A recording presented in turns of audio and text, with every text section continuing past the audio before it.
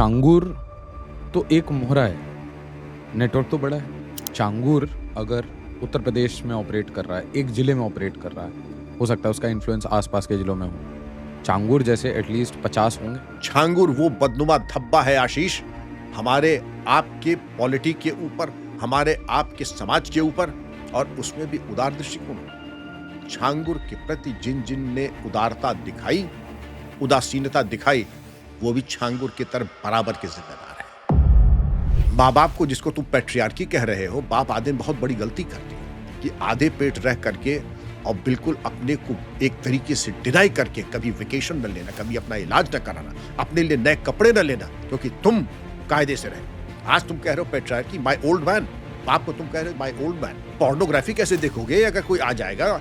अश्लील तुम जो चित्र देख रहे हो, नंगा नाच कर रहे हो कमरे दरवाजे बंद करके, और जो तुम मद्यपान कर रहे हो, वो कैसे होगा? ये कहानी कारगिल में फ्लैग हो गई थी। कारगिल के बाद कारगिल रिव्यू कमेटी ने बोला था कि इंडो नेपाल बॉर्डर पे जो पाकिस्तान का प्लान है, और अब उसके ऊपर बुलडोजर एक्शन चल रहा है। गांव में एक आदमी भी मदरसे जाने वाला नहीं है, एक आदमी भी मस्जिद जाने वाला नहीं है, लेकिन सैकड़ों की तादाद में अगर मदरसे मस्जिद बन रहे हैं तो इसको आपने असामान्य समझा कि नहीं समझा? आज आप किसी अस्पताल चले जाइए सरकारी, आपको दिखाई ये पड़ेगा कि 60% से ऊपर बांग्लादेशी और रोहिंग्या लाभ ले रहे हैं। लेकिन ये तो है कि एक हम दो हमारे 14, तो ये जितना भी हो सकता है, फ्री राशन, फ्री बिजली, उज्ज्वला योजना, पेयजल, शौचालय, सारी सुविधा माल मुफ्त दिले बेरहम, दोनों हाथ में लड्डू और सर कढ़ाई में। इंडियन मुस्लिम्स को कोई पार्टी प्यार करे और सेकुलर बोले, बहुत अच्छी बात है, बट ये इंडियन मुस्लिम्स को प्यार करते करते इसमें ये अचानक से पाकिस्तान पैरवी and at times Indian armed forces को क्वेश्चन करने का, ये क्या कोई एक सिंडिकेट काम करता है भारत में? क्योंकि आपके जैसे कटु वचन, सच्चाई कोई बोलता नहीं। Secularism cannot be translated into anti-national activities. There wouldn't be any person more secular than I am. I belong to everyone and everyone belongs to me. And when I say everyone, every patriotic Indian. But this does not hold good for a person who has negative sentiments for my motherland. And if he has, there will be consequences. उधर बिहार में गुंडा राज चल रहा था, और यहाँ पे क्या चल रहा था? हर जगह ऑलमोस्ट हर रीजन में कोई ना कोई बाहुबली है, कहीं मुख्तार अंसारी है, कहीं अतीक अहमद है, कहीं आजम खान है। देखिए, मैं और बाहुबली एक साथ नहीं रहे। जैसे कानपुर में रहे तो देखो the eastern most part of UP, वरना मैं हमेशा वेस्टर्न यूपी में ही रहा हूँ। वहाँ जितने बाहुबली, सबका हिसाब किताब बहुत जल्दी हो गया। और अतीक अहमद, उसको मालूम था कि बहुत कायदे से उनको मैं डील करूंगा।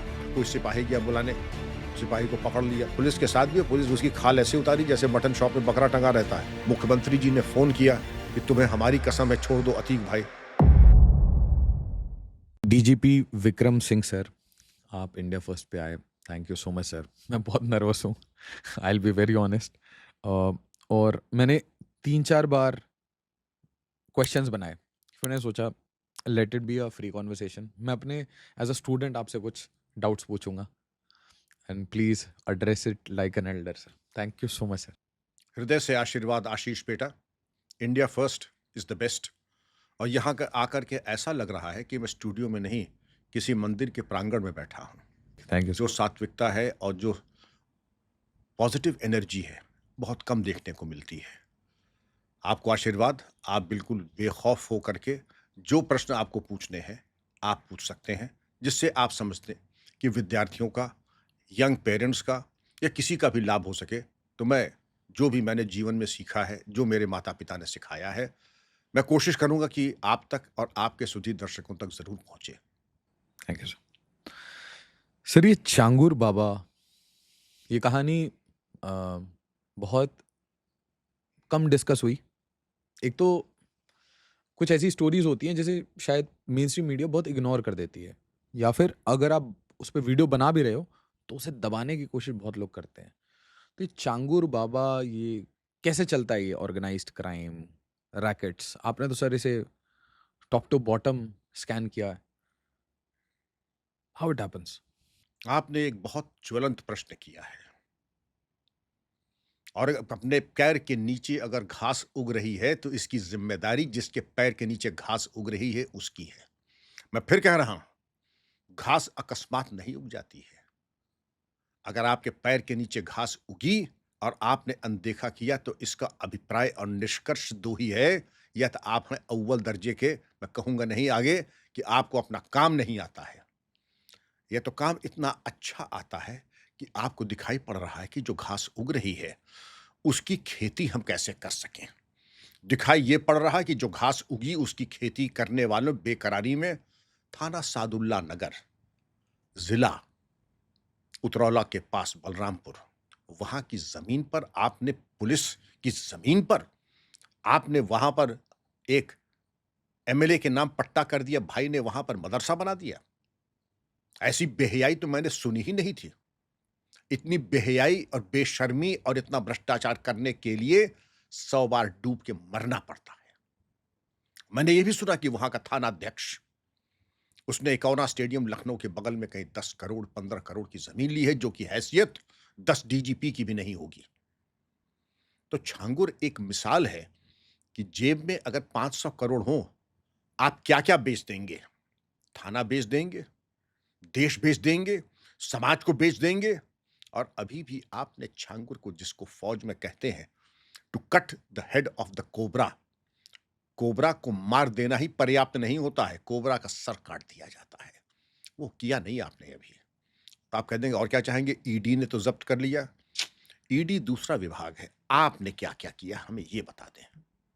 और आपने, जब मैं पूछता हूं कि मैं चाहता हूं शासन प्रशासन ये बता दे, जब से छांगुर का साम्राज्य शुरू हुआ तब के जो जिलाधिकारी और एसपी थे, उनके ऊपर मैं उनको बराबर का हिस्सेदार, छांगुर को तो मैं दोषी मानता हूं, लेकिन महादोषी मैं जानता हूं वहां के पुलिस अधीक्षक और जिलाधिकारी को, जिन्होंने छांगुर को छांगुर बनने दिया। छांगुर ऐसे बन जाएगा? आपको यह सवाल मैं पूछता हूं कि थाना वो स्थान है जहां भूत भी नहीं जाते हैं। आपने भुतहा मकान सुना होगा, भुतही दुकान सुनी होगी, भुतहा महल सुना होगा, आपने भुतहा थाना नहीं सुना होगा, क्योंकि थाना वो जगह जहां भूत भी नहीं जाते हैं। यह दहशत होनी चाहिए पुलिस और प्रशासन की। वहां आपने जाकर के उसका पट्टा कर दिया, तो जिसको कहते हैं कि जब घर का चिराग ही घर में आग लगाएगा, तो उस घर को कौन बचाएगा।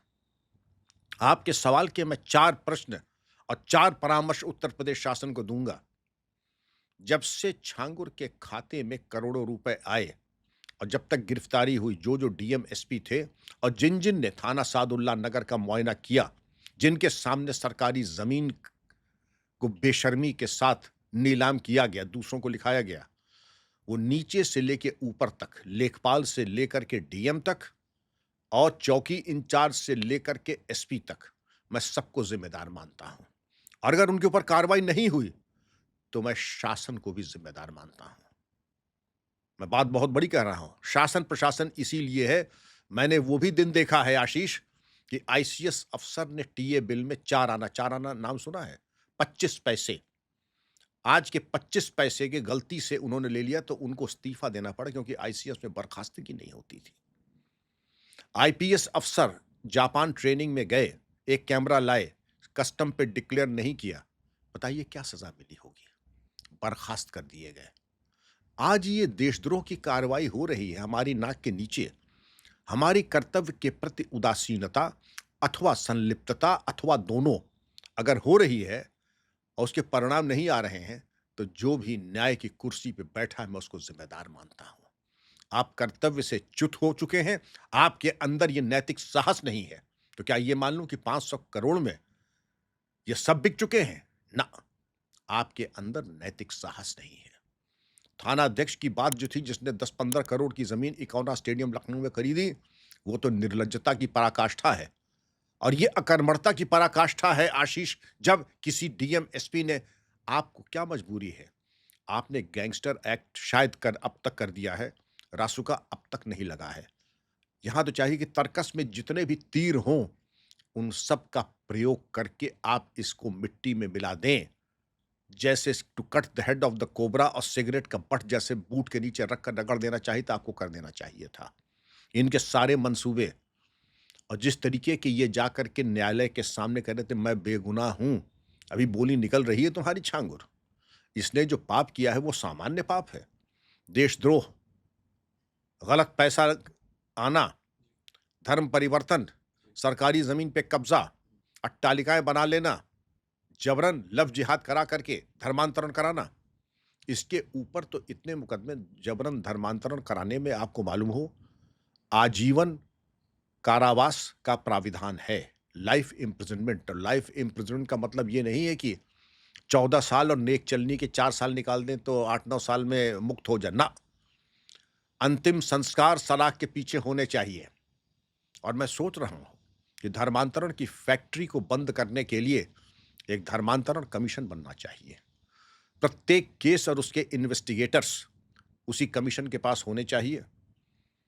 30 वर्किंग डे में विवेचना पूरी हो, 30 वर्किंग डे में फास्ट ट्रैक कोर्ट में न्यायालय में विचरण हो और विचारण के बाद दंडात्मक कार्रवाई हो। और ये देख लें कि अगर आपके तर्कस में यूपी गैंगस्टर्स एक्ट, रासुका, जबरन धन परिवर्तन अधिनियम के अंतर्गत और भारतीय न्याय संहिता की सुसंगत धाराओं में कार्रवाई हो और उसके साथ जो आपका सपोर्ट सिस्टम है जिसमें लेखपाल भी हो सकते हैं, कानूनगो भी हो सकते हैं, तहसीलदार भी हो सकते हैं, नायब तहसीलदार और इसके ऊपर तक, और पुलिस में अगर आए हेड कांस्टेबल से लेके ऊपर चलिए, अगर कोई संलिप्तता आती है तो अंग्रेजी में एक कहावत है Ashish, you have to be cruel to be kind.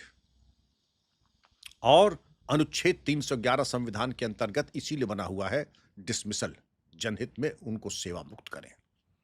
आपने किया नहीं। आईसीएस अफसर का दृष्टांत मैंने दिया आपको। बिना सिस्टम के सपोर्ट के तो ये बन नहीं पाता, इतने दिन तक चल नहीं पाता। ये पूरा नेक्सस है। और कौन किसको टोकेगा? ये तो वही बात है, घर में पिता ने बेटे से कहा कि तुम शराब कल से नहीं पियोगे, उनका पापा आप जिस दिन बंद कर देंगे मैं भी बंद कर दूंगा। तो हमें तो यही लगता है कि बलरामपुर के जो हालात हैं कि आपने तहसीलदार से कहा मैं आपको कहूंगा कि हुजूर मैं तो छोटा कर्मचारी हूं, मैंने तो 50 लाख, लेकिन मैंने सुना हुजूर ने 5 करोड़ लिए हैं। उन्होंने 10 करोड़ की प्रॉपर्टी ली है। उन्होंने 10 करोड़ की प्रॉपर्टी ली है। तो ठीक है, अगर ऐसी दुर्दिन हमारे देश और हमारे प्रदेश को देखने थे तो आशीष क्या मैं मान लूं कि डीआईजी, आईजी, एडीजी, कमिश्नर, प्रमुख सचिव गृह, इनके स्तर पे कार्रवाई होनी चाहिए थी, अनुश्रवण होना चाहिए था। बिल्कुल। छांगुर वो बदनुमा धब्बा है आशीष, हमारे आपके पॉलिटी के ऊपर, हमारे आपके समाज के ऊपर, और उसमें भी उदार दृष्टिकोण।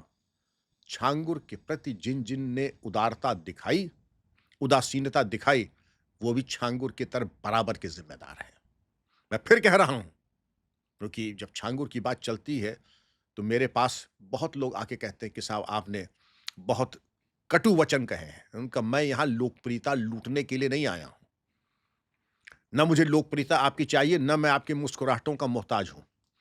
मुझे आपसे या किसी से कुछ नहीं चाहिए। हां, मां भारती और देश के प्रति मेरा जो समर्पण है आखिरी सांस तक था, है और रहेगा, और देशद्रोहियों को मटिया मेट करने का मेरा संकल्प है।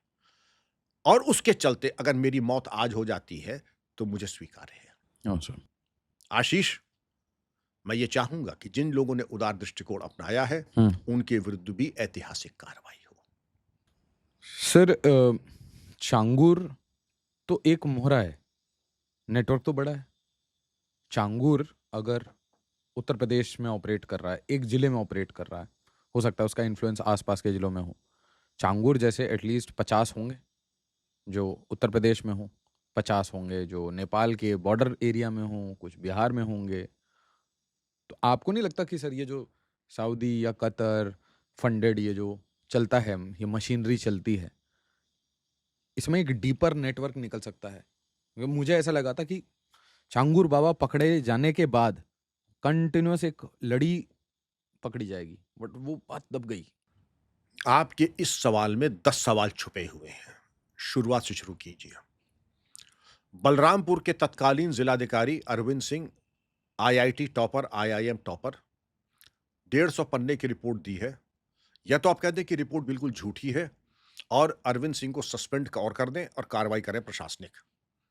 और अगर ऐसी गलती नहीं की है, अरविंद सिंह ने तथ्यात्मक और तथ्यों सबूत के आधार पर रिपोर्ट प्रस्तुत की, तो उस पर कार्रवाई होनी चाहिए। मैं ये दोनों बातें नहीं हो सकती हैं, hunt with the hound and run with the fox. Arvind Singh गलत है तो उनको सस्पेंड क्यों नहीं किया आपने, और गलत नहीं है तो उनकी रिपोर्ट पे कार्रवाई क्यों नहीं हुई? ये उभय धर्मिता जिसको कहते हैं, न इधर के हैं न उधर के हैं, उभय धर्मिता जो है, एम्फोटेरिक और एम्बिवेलेंस, ये शासन प्रशासन में चलता नहीं है। अब आप ये देखें कि ये छांगुर मामला का प्रकरण प्रकाश में आया कैसे? थाने में कोई जाए, रिपोर्ट नहीं लिखी जाएगी। न्यायालय में कोई जाए तो न्यायालय के जज के स्टेनो की पत्नी छांगुर की पार्टनर है। आपको तत्कालीन सीआरपीसी 156(3) और अब एन-एकेन प्रकारेण एफआईआर करके आपको घेर लेती है। ऐसा ताना-बाना, ऐसा गैमेक्सीन छिड़क रखा था छांगुर ने अपने साम्राज्य के ऊपर सिस्टम ही काम नहीं कर पा कि रहा। आपका सिस्टम को अपाहिज कर दिया था। मैं ये जानना चाहूंगा, मैं दर्शन करना चाहूंगा, क्या मजबूरी थी कि सिस्टम के अपाहिज, बेपेंदी के लोटे चले हुए कारतूस, पैसे। पैसे। तो क्या 500 करोड़ में इतना सस्ता है कि भारत का एक जिला गिरवी रख देंगे आप? 500 करोड़ तो बहुत बड़ी चीज मुझे लगता है कि जिस तरीके से छांगुर, अब हमने बात किया कि मिडिल ईस्ट से पैसा आया, मिडिल ईस्ट वालों को भी इसने बेवकूफ बनाया। ये ताबीज बेचने वाला 2 कौड़ी का आदमी, और नाम भी अब इसने अपना ऐसा रखा छांगुर। न तीतर है न बटेर है, आप समझ न पाए कि ये हिंदू है कि मुसलमान है। नाम तो बहुत कुछ लगता था। छांगुर आप जानते हैं जिसकी 6 उंगली होती है, तो पूर्वी उत्तर प्रदेश में उसको छांगुर कहते हैं।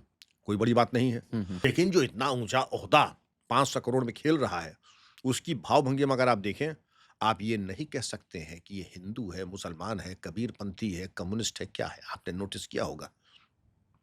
उसके कपड़ों का रंग, सबका उसकी मिक्स। दाढ़ी, सबका मिक्स, सबका समावेश करके। वो कंसीलमेंट और कैमोफ्लेजिंग एक बहुत बड़ी कला है आशीष, और उस कंसीलमेंट और कैमोफ्लेजिंग के चलते छांगुर ने अपनी भाव-भंगिमा वैसी बनाई जैसी कि उसने सोचा या उसका मार्गदर्शन किया गया। सिस्टम को जो हाईजैक कर ले, छांगुर ने किया। छांगुर का सो साम्राज्य जो नवीन रोड़ा और उसकी पत्नी जो थी, उसका नसरीन, उसने कन्वर्शन के बाद जब हो गया था, जो दुबई की अपनी कंपनी से 2 अकाउंट खोले थे, एनआरआई और एनआरओ, उसमें जो पैसा भेजते थे नाजायज। आपने ये जरूरी नहीं समझा कि जो बलरामपुर में अकस्मात अट्टालिकाएं बन रही हैं, जर्मन शेपर्ड्स 10-12 आ गए और घोड़े आ गए और अट्टालिकाएं बन गए, जरूरी नहीं समझा आपने? हिस्ट्री शीट के खाकों में तो ये जरूरी होता है कि जाके पूछे कि जो चीज असामान्य है उसकी जांच करें। आपने कहा कि ये आखिर हो क्या रहा है? बरेली का एक आपको मैं बता दूं, छांगुर बाबा, बाबा तो नहीं कहना चाहिए, छांगुर का तो नेटवर्क 10 स्टेट में अभी तक प्रकाश में आया है। बरेली वाले का 13 स्टेट में आया है। उसके पहले उमर गौतम जो फतेहपुर वाला जो खुद कन्वर्ट था, जितने भी विकलांग दिव्यांग थे उनको कन्वर्ट करने में उसका हाथ आया। इसके अलावा आप आ जाइए प्रयागराज के गैंग के ऊपर। ये जगह हर शाख पे उल्लू बैठा है, अंजाम गुलिस्तां क्या होगा? और जब आप इसकी बात करेंगे, आप तो साफ फिरका परस्त हैं और कम्युनल माइंडेड हैं। आप जो है, संविधान हमें इजाजत देता है कि हम कोई भी मजहब ले सकते हैं। संविधान आपको हमें इजाजत देता है कि हम कोई भी मजहब, लेकिन हमें डरा धमका करके, हमें रिश्वत दे करके, कोवर्जन। हमें कोर्स करके, हमें शादी ब्याह का प्रलोभन दे करके, हमें गुमराह करके, धमका के कर रहा है। नाम चेंज करके, नाम रिश्ते चेंज बना करके, के। बिल्कुल सही। तो ये चीजें जो है अगर ये आ रही हैं, और आपको तो मैंने 4 एग्जांपल दिए, ये आप बताइए किस्सा कब से चल रहा है? 1990s की शुरुआत में था कि पूरा इंडो नेपाल बॉर्डर पे एक पाकिस्तान का एक पर्सपेक्टिव था, 5 साल, 10 साल और 25 साल का।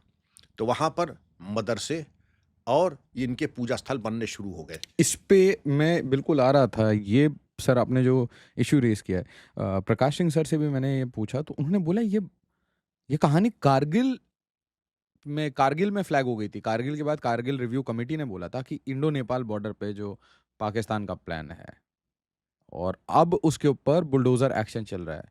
एजेंडा क्या है सर? ये बॉर्डर इलाके का एजेंडा क्या है? क्या क्या करना चाहते हैं? हिंदुस्तान को चारों ओर से घेरना, और उसमें बड़ी सोची समझी रणनीति के तहत पाकिस्तान और आईएसआई ने अपनी चाल चली। इंडो नेपाल बॉर्डर पोरस है, आवागमन के तमाम साधन हैं, और इसकी लंबाई यूपी में आपके 7 जिले 8 जिले हैं, इसी तरह बिहार और पश्चिम बंगाल। और बॉर्डर एरिया में अगर आपने कोई मदरसे बन गए तो बुराई क्या है? मस्जिद बन जाए तो बुराई क्या? कोई बुराई नहीं है, अगर वो केवल इबादत और पठन पाठन के लिए हो। गांव में एक आदमी भी मदरसे जाने वाला नहीं है, एक आदमी भी मस्जिद जाने वाला नहीं है, लेकिन सैकड़ों की तादाद में अगर मदरसे मस्जिद बन रहे हैं, तो इसको आपने असामान्य समझा कि नहीं समझा? अननेचुरल है। बिल्कुल अननेचुरल है। इसके पैसे कहाँ से आए? जहाँ भुखमरी, जहाँ लाई चना नहीं मिलता है, बताशा नहीं मिलता है लोगों को, वहाँ पर मालूम पड़े कि 1-1, 2-2 करोड़ की मस्जिदें और वो बन रही हैं। ये पहले से जाग जाना चाहिए था। प्रकाश सिंह साहब ने तो कारगिल कॉन्फ्लिक्ट की बात की, मैं आपको बता रहा हूं अर्ली 90s की। ये डेवलपमेंट तब शुरू हो गया था। अब आप आइए, पाकिस्तान का बहुत बड़ा, सबसे बड़ा बैंक है हबीब बैंक, जैसे हमारा स्टेट बैंक है। अच्छा। हबीब बैंक और नेपाल का जो सबसे बड़ा बैंक है राष्ट्रीय बैंक, दोनों ने एक सब्सिडियरी बैंक बना, हिमालयन बैंक। हिमालयन बैंक की अधिकांश शाखाएं कहां हैं? इंडो नेपाल बॉर्डर पे है। अब ये प्रेम अस्वाभाविक है कि नहीं है? हबीब बैंक, राष्ट्रीय बैंक ऑफ नेपाल, एक सिस्टर सब्सिडियरी बनाई हिमालयन बैंक। हिमालयन बैंक की सारी ब्रांचेस कहां है? इंडो नेपाल बॉर्डर पे। पर्पस, बहावलपुर पाकिस्तान में नकली नोट छापो, नकली नोट ला करके उसको इंडो नेपाल बॉर्डर पे लाओ, फिर भारत में प्रवेश कराओ, भारत की अर्थव्यवस्था को चौपट करो। तो आप जिसको कहते हैं कि 1000 कट्स, पहला है डेमोग्राफिक चेंज, नंबर 2 नकली नोट। लोग कहाँ से लाएंगे डेमोग्राफी चेंज के लिए? पहले बांग्लादेशी? पहला इलीगल बांग्लादेशी और रोहिंग्या, इसी को तो लाएंगे। और हमारा भ्रष्ट राजनीतिक तंत्र ऐसा है, ये हमारी अमानत है। ये अगर आपकी अमानत है तो हम आप क्या हैं? हम क्या पाकिस्तान और चीन से आए हैं? सब जनरल पांडे यही कह रहे थे कि इनके आधार कार्ड हमसे तेज बनते हैं, इनका पासपोर्ट हमसे तेज बन जाएगा। वो पूरा नेक्सस है आशीष, वो पूरा नेक्सस। उसको मैं बुराई मानता हूं, लेकिन मैं उसे कहता हूं कि जब अपने सिक्के खोटे हो तो गैरों की बनाती है। उस माफिया को आपने कुचला क्यों नहीं? बन जाते आसानी से, मैं मानता हूं। हमने जो बनाते हैं उनके ऊपर कार्रवाई की। अच्छा चलिए, अब तो गधे ने खेत काफी खा लिया, अब भी कुछ नहीं है। आप ऐसा कर दें कि इन लोगों की वोटिंग राइट समाप्त कर दें इमीडिएटली। आप जो सरकारी अनुदान मिलता है, सब्सिडीज, वो बंद कर दें। 2, राइट टू प्रॉपर्टी बंद कर दें, राइट टू एम्प्लॉयमेंट बंद कर दें। ना जॉब मिलेगी, ना जमीन, न जॉब, जमीन, न एम्प्लॉयमेंट, और न आप वोट डाल सकते हैं। तो जो इनको लाए हैं वही इनको 4 जूते मार के कह देंगे जाओ, तुम्हारे मतलब ही कि नहीं रहे, तुम तुम्हारे मतलब ही कि नहीं रहे। तो मैं पूछना चाहूंगा, भारत सरकार के इस कार्य में प्रमाद क्यों हो रहा है? इस कार्य में कौन सी लोकप्रियता अब आपको चाहिए? आप नैनीताल जाते होंगे, आप अगर ट्रेन से जाएं, वहां बहुत तगड़ा चेंज हुआ है सर। आप जैसे ही बहेड़ी से आगे बढ़ते हैं, बहेड़ी, किच्छा, पंतनगर, काठगोदाम नहीं, उसके बाद आता है लाल कुआं, लाल कुआं के बाद हल्द्वानी, हल्द्वानी के बाद काठगोदाम। पटरी के दोनों तरफ लाखों बांग्लादेशी लाके इन लोगों ने बसा दिए, वहां की देवभूमि की पवित्रता को नष्ट कर दिया। और अगर आप उनके ऊपर कार्रवाई करते हैं तो साहब ये तो बिल्कुल आप फिरका परस्त है। फिरका परस्त नहीं, हम वतन परस्त हैं। हम वतन परस्त हैं। वतन के ऊपर जिस दिन हमारे सब भाई बहनों को पर्याप्त खाने पीने का मिल जाएगा, तब हम सोचेंगे। और ये निर्णय हमारा आपका नहीं है। अभी भारत कम से कम 100 साल इस स्थिति में नहीं है कि किसी और को सपोर्ट करे। कि 3 करोड़ ऑस्ट्रेलिया की जनसंख्या को मुफ्त का खाना और सब्सिडी दे। आज आप किसी अस्पताल चले जाइए सरकारी, आपको दिखाई ये पड़ेगा कि 60% से ऊपर बांग्लादेशी और रोहिंग्या लाभ ले रहे हैं। बिल्कुल। आप सरकारी अनुदान देख लीजिए, आप और हमें तो घर मालूम ही नहीं कितने, कि इनको सब मालूम है कहां से मुफ्त। तुमको मिला है कभी सब्सिडी? सब्सिडी मिला है कभी अकाउंट में? सर हमको तो नहीं मिला कोई। हमें भी आज तक नहीं मिली, खैर हम लोग हकदार भी नहीं है। ठीक है,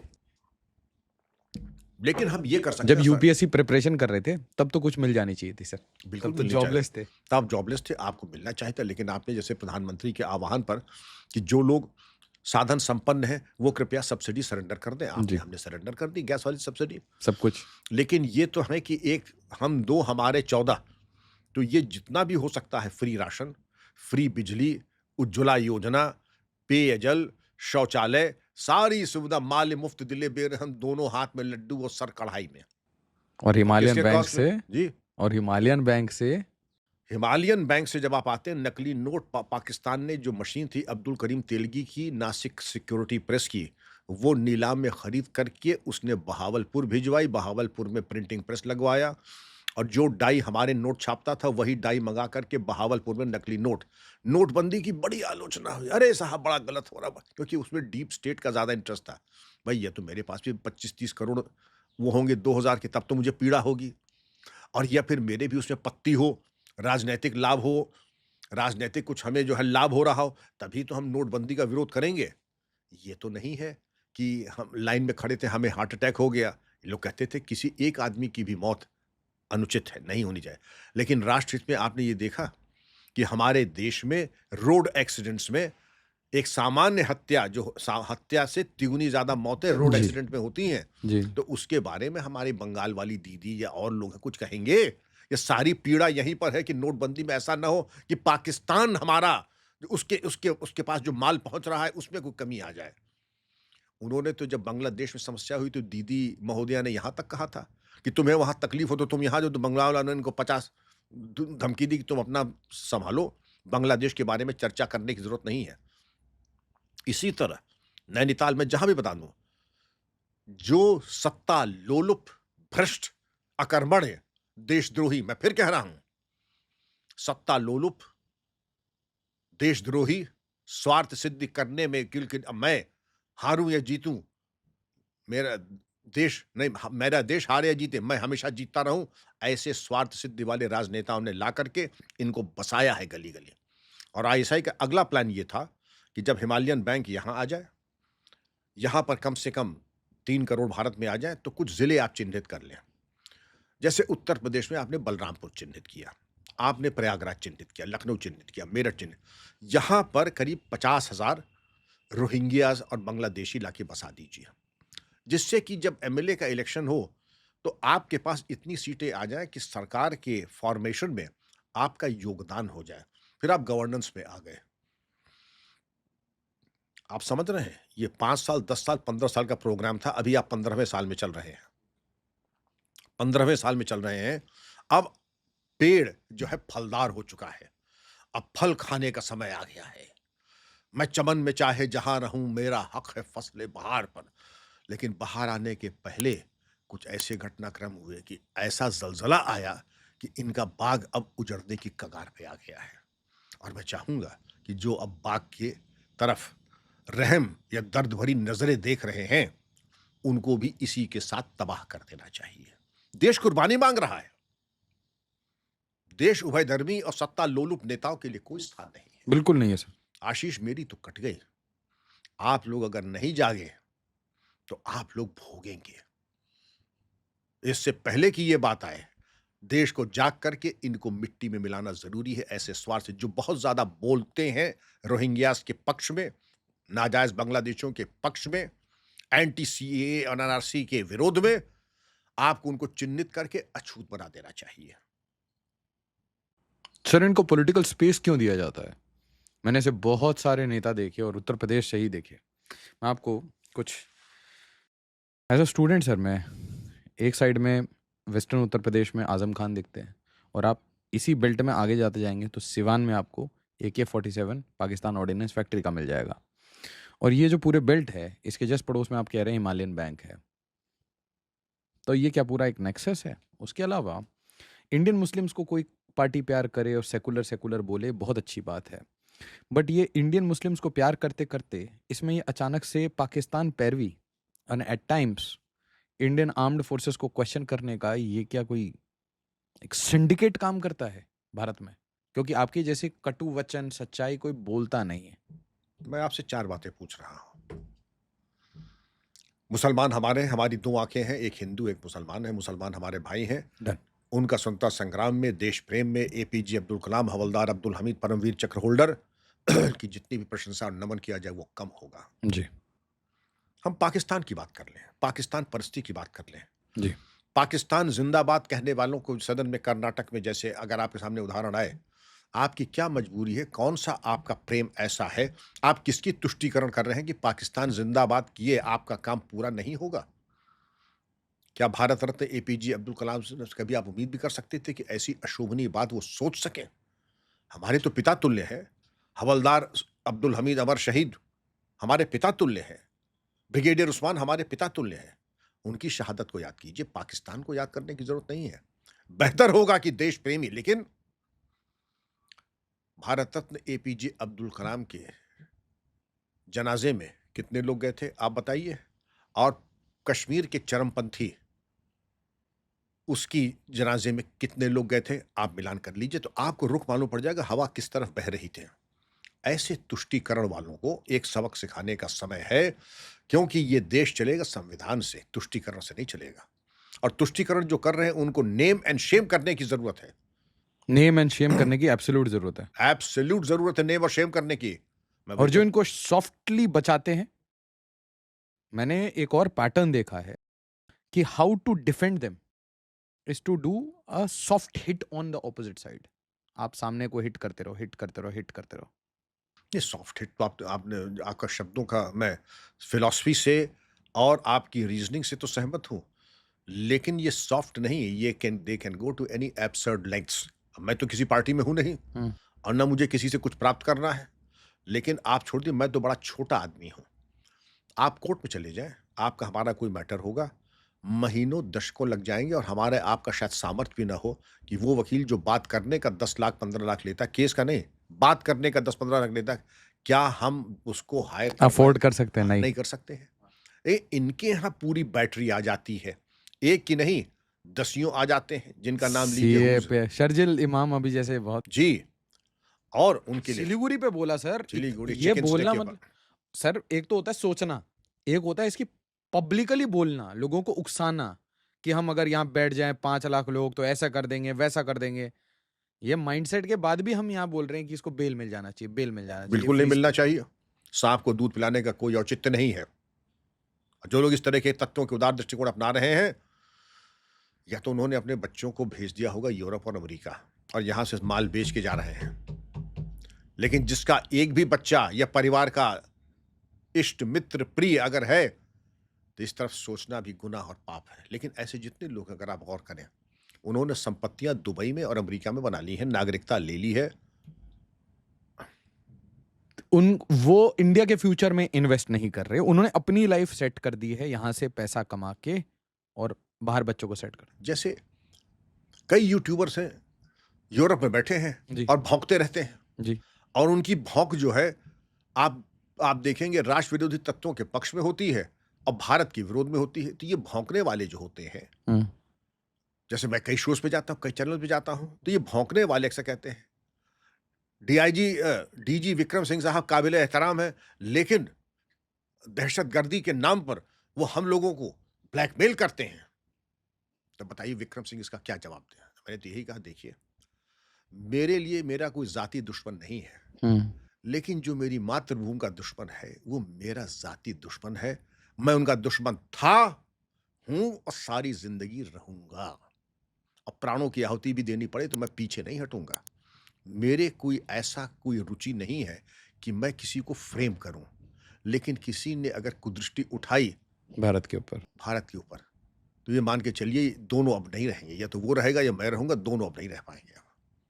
ये तो सर्विस की बात हुई।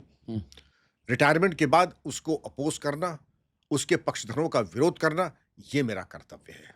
मुखर होकर उसके ऊपर बात। बेशक, और कह देना कि आप बिल्कुल गलत कर रहे हैं, और इसी को कहते हैं नमक हरामी। कोई मुगालता ना पालिएगा। पाकिस्तान जिंदाबाद का क्या मतलब है? आप बांग्लादेशियों को यहां ला रहे हैं और हमारे देश के संसाधन ऐसे नहीं है कि हम बांग्लादेशियों को सपोर्ट कर सके। जो लोग सपोर्ट की बात करते हैं, मैं तो चाहूंगा अपने घर में 5 बांग्लादेशियों को रख लें, 2-4 रोहिंग्या को रख लें। वो आपके बस का नहीं कि आधा घूंट पानी भी आप किसी को पिला सकें। वचनम किम दरिद्रता। आपसे जरूर उम्मीद करेंगे कि अपना आधा घर आप बांग्लादेशियों के लिए खाली कर दें। जो ऐसे स्टेटमेंट देते हैं उनको रखना चाहिए अपना। उनको रखना पहले। आप वॉक द टॉक, जो आप कह रहे हैं practice what you preach, walk the talk क्यों नहीं कर रहे हैं आप? कुछ मिसाल भी तो दीजिए। वही है कि और सरकार को इनकी एब्सोल्यूट सारी subsidy, voting rights, property rights, employment rights ये कट कर देनी चाहिए। कहीं भी दुनिया में ऐसा अंधेरा आपने देखा जहां है, आप देख लें वहां की बिल्कुल डेमोग्राफी बदल चुकी है और वहां रोज झड़प होती है। यूरोप में हाँ, पोलैंड आ जाइए, वहां नहीं हो सकता है। चाइना में नहीं हो सकता है, इजराइल में नहीं हो सकता। करेंगे तो खोद के गाड़ दिए जाएंगे, बिल्कुल खोद के गाड़ दिए जाएंगे, भाई यही कह रहा हूं। हम्म। और वही संदेश यहां भी जाना चाहिए। There are no soft solutions to terminal cancer. There are no soft solutions to terminal cancer. Surgery होनी ही है। मैंने कहा ना, देश कुर्बानी मांग रहा है, बांग्लादेशियों से, रोहिंग्याओं से और पाकिस्तान परस्तों से। अमन की आशा बहुत बहुत चलाई है सर ये हमने। भगवान जाने अमन की आशा। जिस देश और जिस देश के आईएसआई और सेना पे हमारे युवाओं के खून से सने हो जिनके हाथ, हम उनसे वार्ता करेंगे, हम उनसे क्रिकेट खेलेंगे, हम उनसे वार्ता करेंगे? बिल्कुल नहीं करेंगे। तो ये फिर किस तरीके से काम करता है? मतलब आपने तो इनकी फाइलें देखी होंगी सर, आपने इंटेल रिपोर्ट पढ़े होंगे। ये जो लोग हैं, जो ये पाकिस्तान परस्ती करते हैं, सॉफ्टली, सेकुलरिज्म के गार्ब में ये वर्ड यूज करते हैं। आपको बोल देंगे कि भाई तुम कम्युनल हो और मैं हूं सेकुलर, और इस सेकुलर वर्ड को कॉन्स्टिट्यूशन के बाउंड्स में या रूल ऑफ लॉ को यूज करके, freedom of speech and expression को यूज करके ये हिट इंडिया को ही करते हैं। ऐसे पाकिस्तान परस्त की यूजुअली प्रोफाइल कैसी होती है? My concepts in life and philosophy are very clear. Secularism cannot be translated into anti-national activities. There wouldn't be any person more secular than I am. I belong to everyone and everyone belongs to say. And when I say everyone, every patriotic Indian. But this does not hold good for a person who has negative sentiments for my motherland. And if he has, there will be consequences. In thought, word, and deed, whatever little Vikram Singh can do, he shall and will do that. और मैं चाहता हूं कि ये जज्बा प्रत्येक युवा में आए, आशीष आप में आए, प्रत्येक भारतीय में आना चाहिए। आप अगर भारत के हित में नहीं है, भारत के साथ नहीं है, तो आप किसी तो काम आप के नहीं हैं। हमारे विरोध में हैं और फिर आपको ये देश को सोचना पड़ेगा कि आपके साथ किया क्या जाए। मैं इसका पक्षधर हूं कि जो चीन और इजराइल करता है देश विरोधी गतिविधियों में, वही अब भारत को करना होगा। आप अनावश्यक रूप से ऑस्ट्रेलिया की जनसंख्या को ढो रहे हैं, जो आपको ₹1 ना टैक्स देते हैं, ना ₹1 आपका किसी टोल या कोई किसी तरह का गवर्नमेंट को कंट्रीब्यूट करते हैं, लेकिन संसाधन आपसे ज्यादा उनको चाहिए। और दिल से भारतीय है ही नहीं। नहीं, जब कभी आपका ये जब सिंदूर हुआ था, क्या सड़कें नहीं खोदी गई थी हमारी फौज के लिए? क्या वंदे भारत के ऊपर पथराव नहीं किया गया था? तो ये सब मैं आपने कहा मैंने भी करियर में देखा है। लेकिन जब देखा, एक तो किसी की हिम्मत नहीं होती थी कि ये करे, जब उसको मालूम था कि उसके दुष्परिणाम क्या होंगे। कैसे पता चलता है ये? मतलब how did you give this message कि I will not tolerate this? वो मालूम पड़ जाता था। जब माफिया आपके बारे में ये कह दे कि मेरी हत्या हो जाएगी, अगर मेरी हत्या होती है, उसकी पूरी ज़िम्मेदारी विक्रम सिंह की मानी जाए और प्रेस कॉन्फ्रेंस करके कहता है, तो मालूम पड़ जाता है कि आपका भविष्य कितना अंधकार में है अगर आपने लक्ष्मण रेखा पार की। आपकी रेपुटेशन होती है और वो आपके किसी स्थान पे पहुँचने से, पदभार ग्रहण करने के पहले पहुँच जाती है। जैसे मैं अगर विस्की का शौकीन हूँ, तो कौन-सी विस्की पीता हूँ, होशियार लोग हैं, वो उस विस्की का इंतज़ाम करेंगे। अगर मुझे पर्टिकुलर तरह की डिश पसंद है, कोई मुसल्लम या कुछ, तो उस तरीके की डिश तैयार करने वाले लोग आएँगे। लेकिन ये मालूम पड़ेगा कि ये आपका सीधे सीटी स्कैन और एमआरआई और अंग-भंग कर देगा। तो लोग यही कहेंगे तंदुरुस्ती हज़ार नियामत, कम से कम ज़्यादा देर के लिए तो कोई आएगा नहीं। बहुत आएगा 8 महीने, साल भर, 2 साल, तब तक शांति से रह लो। देश भ्रमण कर लो, कहीं और रह लो, जेल में कहीं रहो। और रह लो, कहीं और चले जाओ, ज़मानत कैंसल कर लो, भारत दर्शन कर लो, विदेश भ्रमण कर लो। तो ये होता। और अगर किसी ने दुस्साहस किया, तो मालूम पड़ गया था कि आपकी होगी बहुत कायदे से इलाज, बहुत कायदे से इलाज होगा आपका। वो मालूम पड़ जाता था। वो कहते भी थे बड़ा डेंजर आदमी है, मतलब जो क्योंकि इंग्लिश में हाथ तंग रहता है ऐसे लोगों का, तो इंटरसेप्ट बड़ा डेंजर आदमी है वो। ठीक है भाई। इंटरसेप्ट।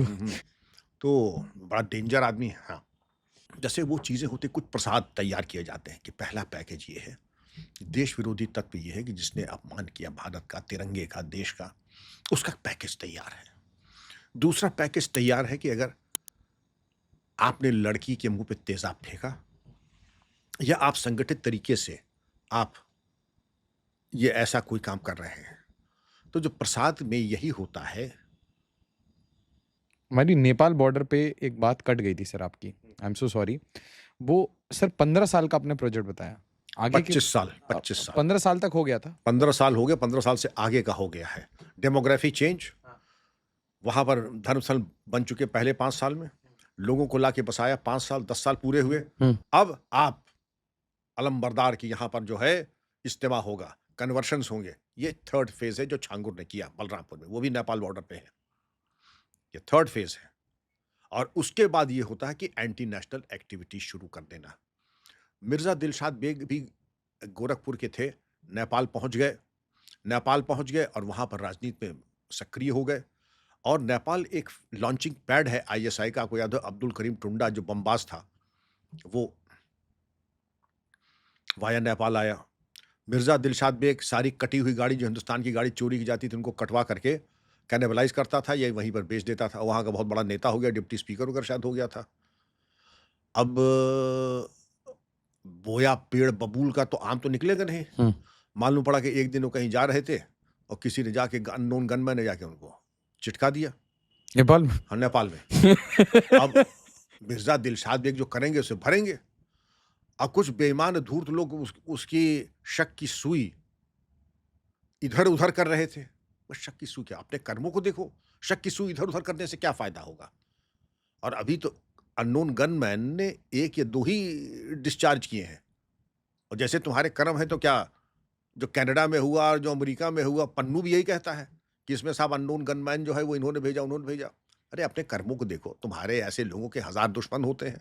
तो अपने कर्मों को देखो पहले, इससे पहले कि तुम You किसी accuse India. देश की पवित्र छवि को धूमिल करो और उंगली उठाओ। अपने अंदर भी जरा अंतर मंथन कर लेना चाहिए।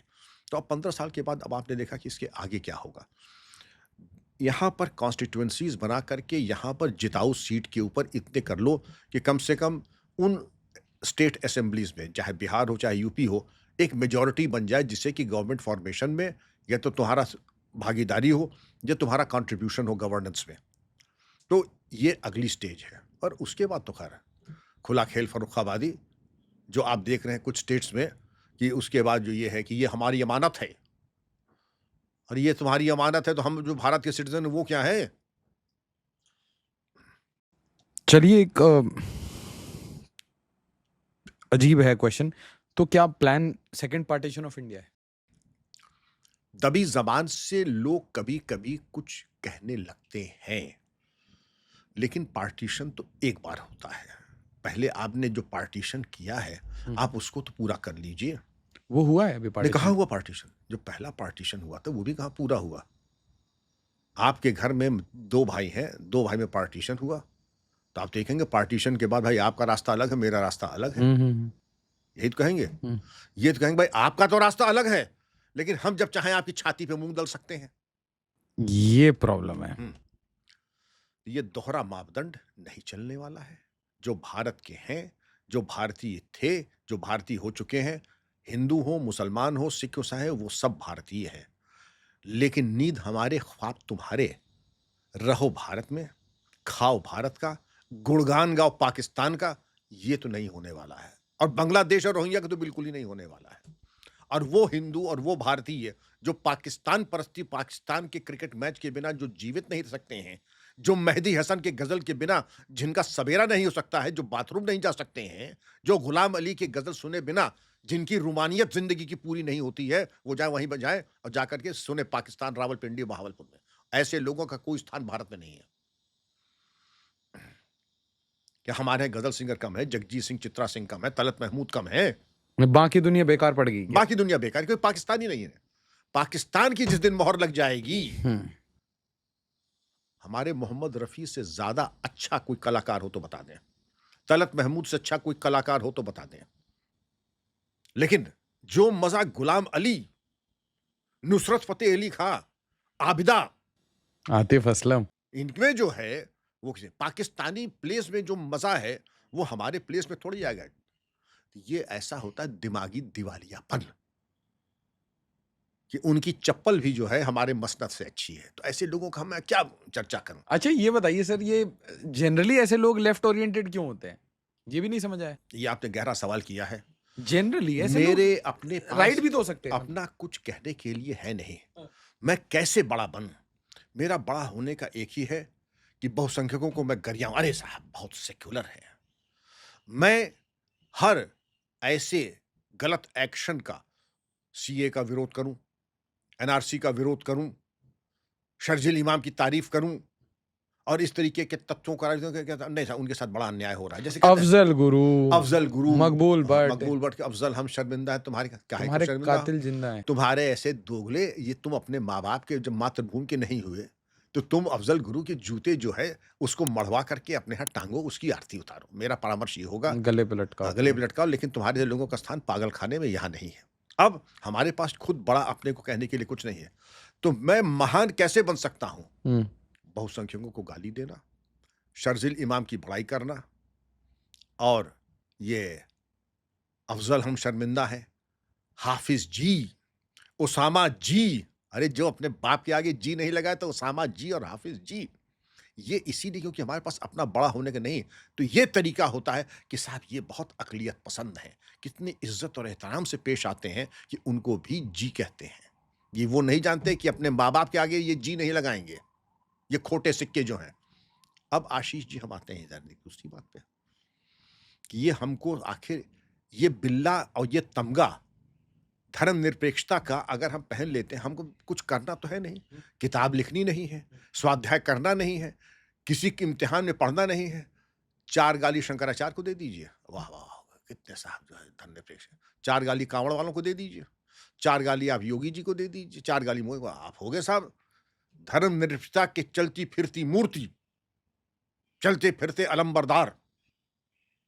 और कुछ उनके पक्ष में बोल दीजिए, भाई पाकिस्तान को भी तो हक है ज़िंदा रहने का, वहाँ भी तो लोग हैं। पानी चाहिए उनको। उनको पानी चाहिए, तो पानी का ठेका आपने लिया है, पानी का ठेका आप ही ने लिया है। अरे परवरदिगार जो सब आपको पता है अभी सेंटेंस एक बोला था कि Brahmins are earning from Russian oil. जिन्होंने कहा था उनसे ये पूछ लो कि what you mean by Brahmins, ब्राह्मण के कितने गोत्र होते हैं, और ब्राह्मण के गोत्र की तो तुम छोड़ दो, ये बता दो जो बाकी कास्ट के तुम 2 सब कास्ट ब्राह्मणों को ज़रा बता दो ज़रा।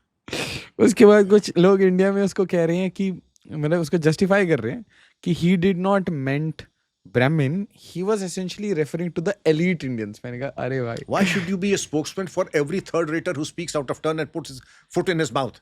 He is not an embodiment of all wisdom. A third class person.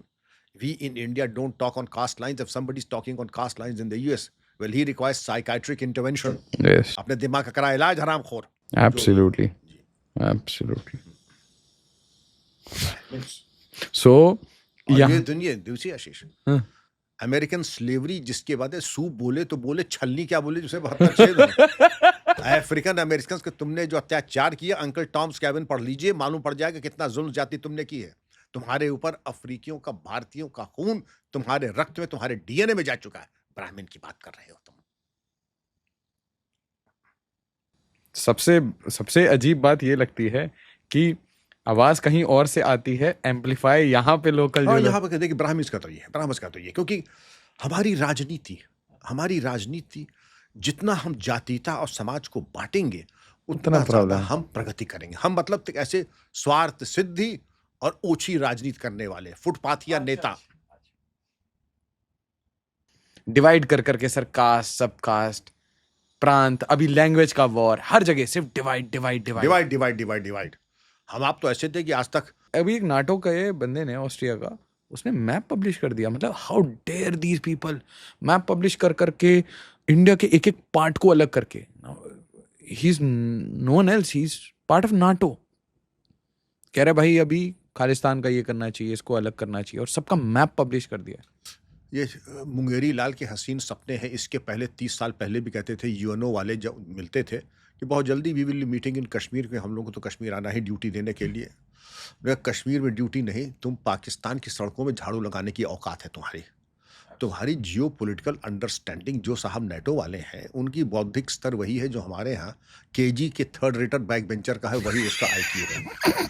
और ये अपनी तो तुमसे भगाई संभल नहीं रही है, तुम अपनी भगाई संभाल नहीं पा रहे हो। तुम्हारी इकोनॉमी जो है नीचे जा रही है, नेटो रोज पिट रहा है। 3 साल के युद्ध में तुम अकेले रशा को तुम कुछ कर न पाए, रशा तुम्हारी जो है ऐसी तैसी कर रहा है।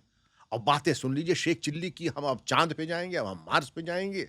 तो ये सब ऐसा ही अफीमचियों की बड़बोलापना है। बांग्लादेश और इसके ऊपर आपने बोला ये 200 kg RDX आपने रिसेंटली देखा ना सर, मैंने आपकी वो टॉक भी सुनी।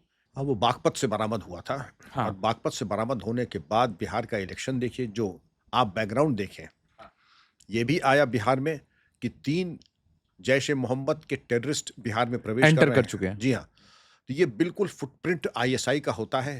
2 बातें, चांगुर भी उसी का फुटप्रिंट है, बिल्कुल फुटप्रिंट।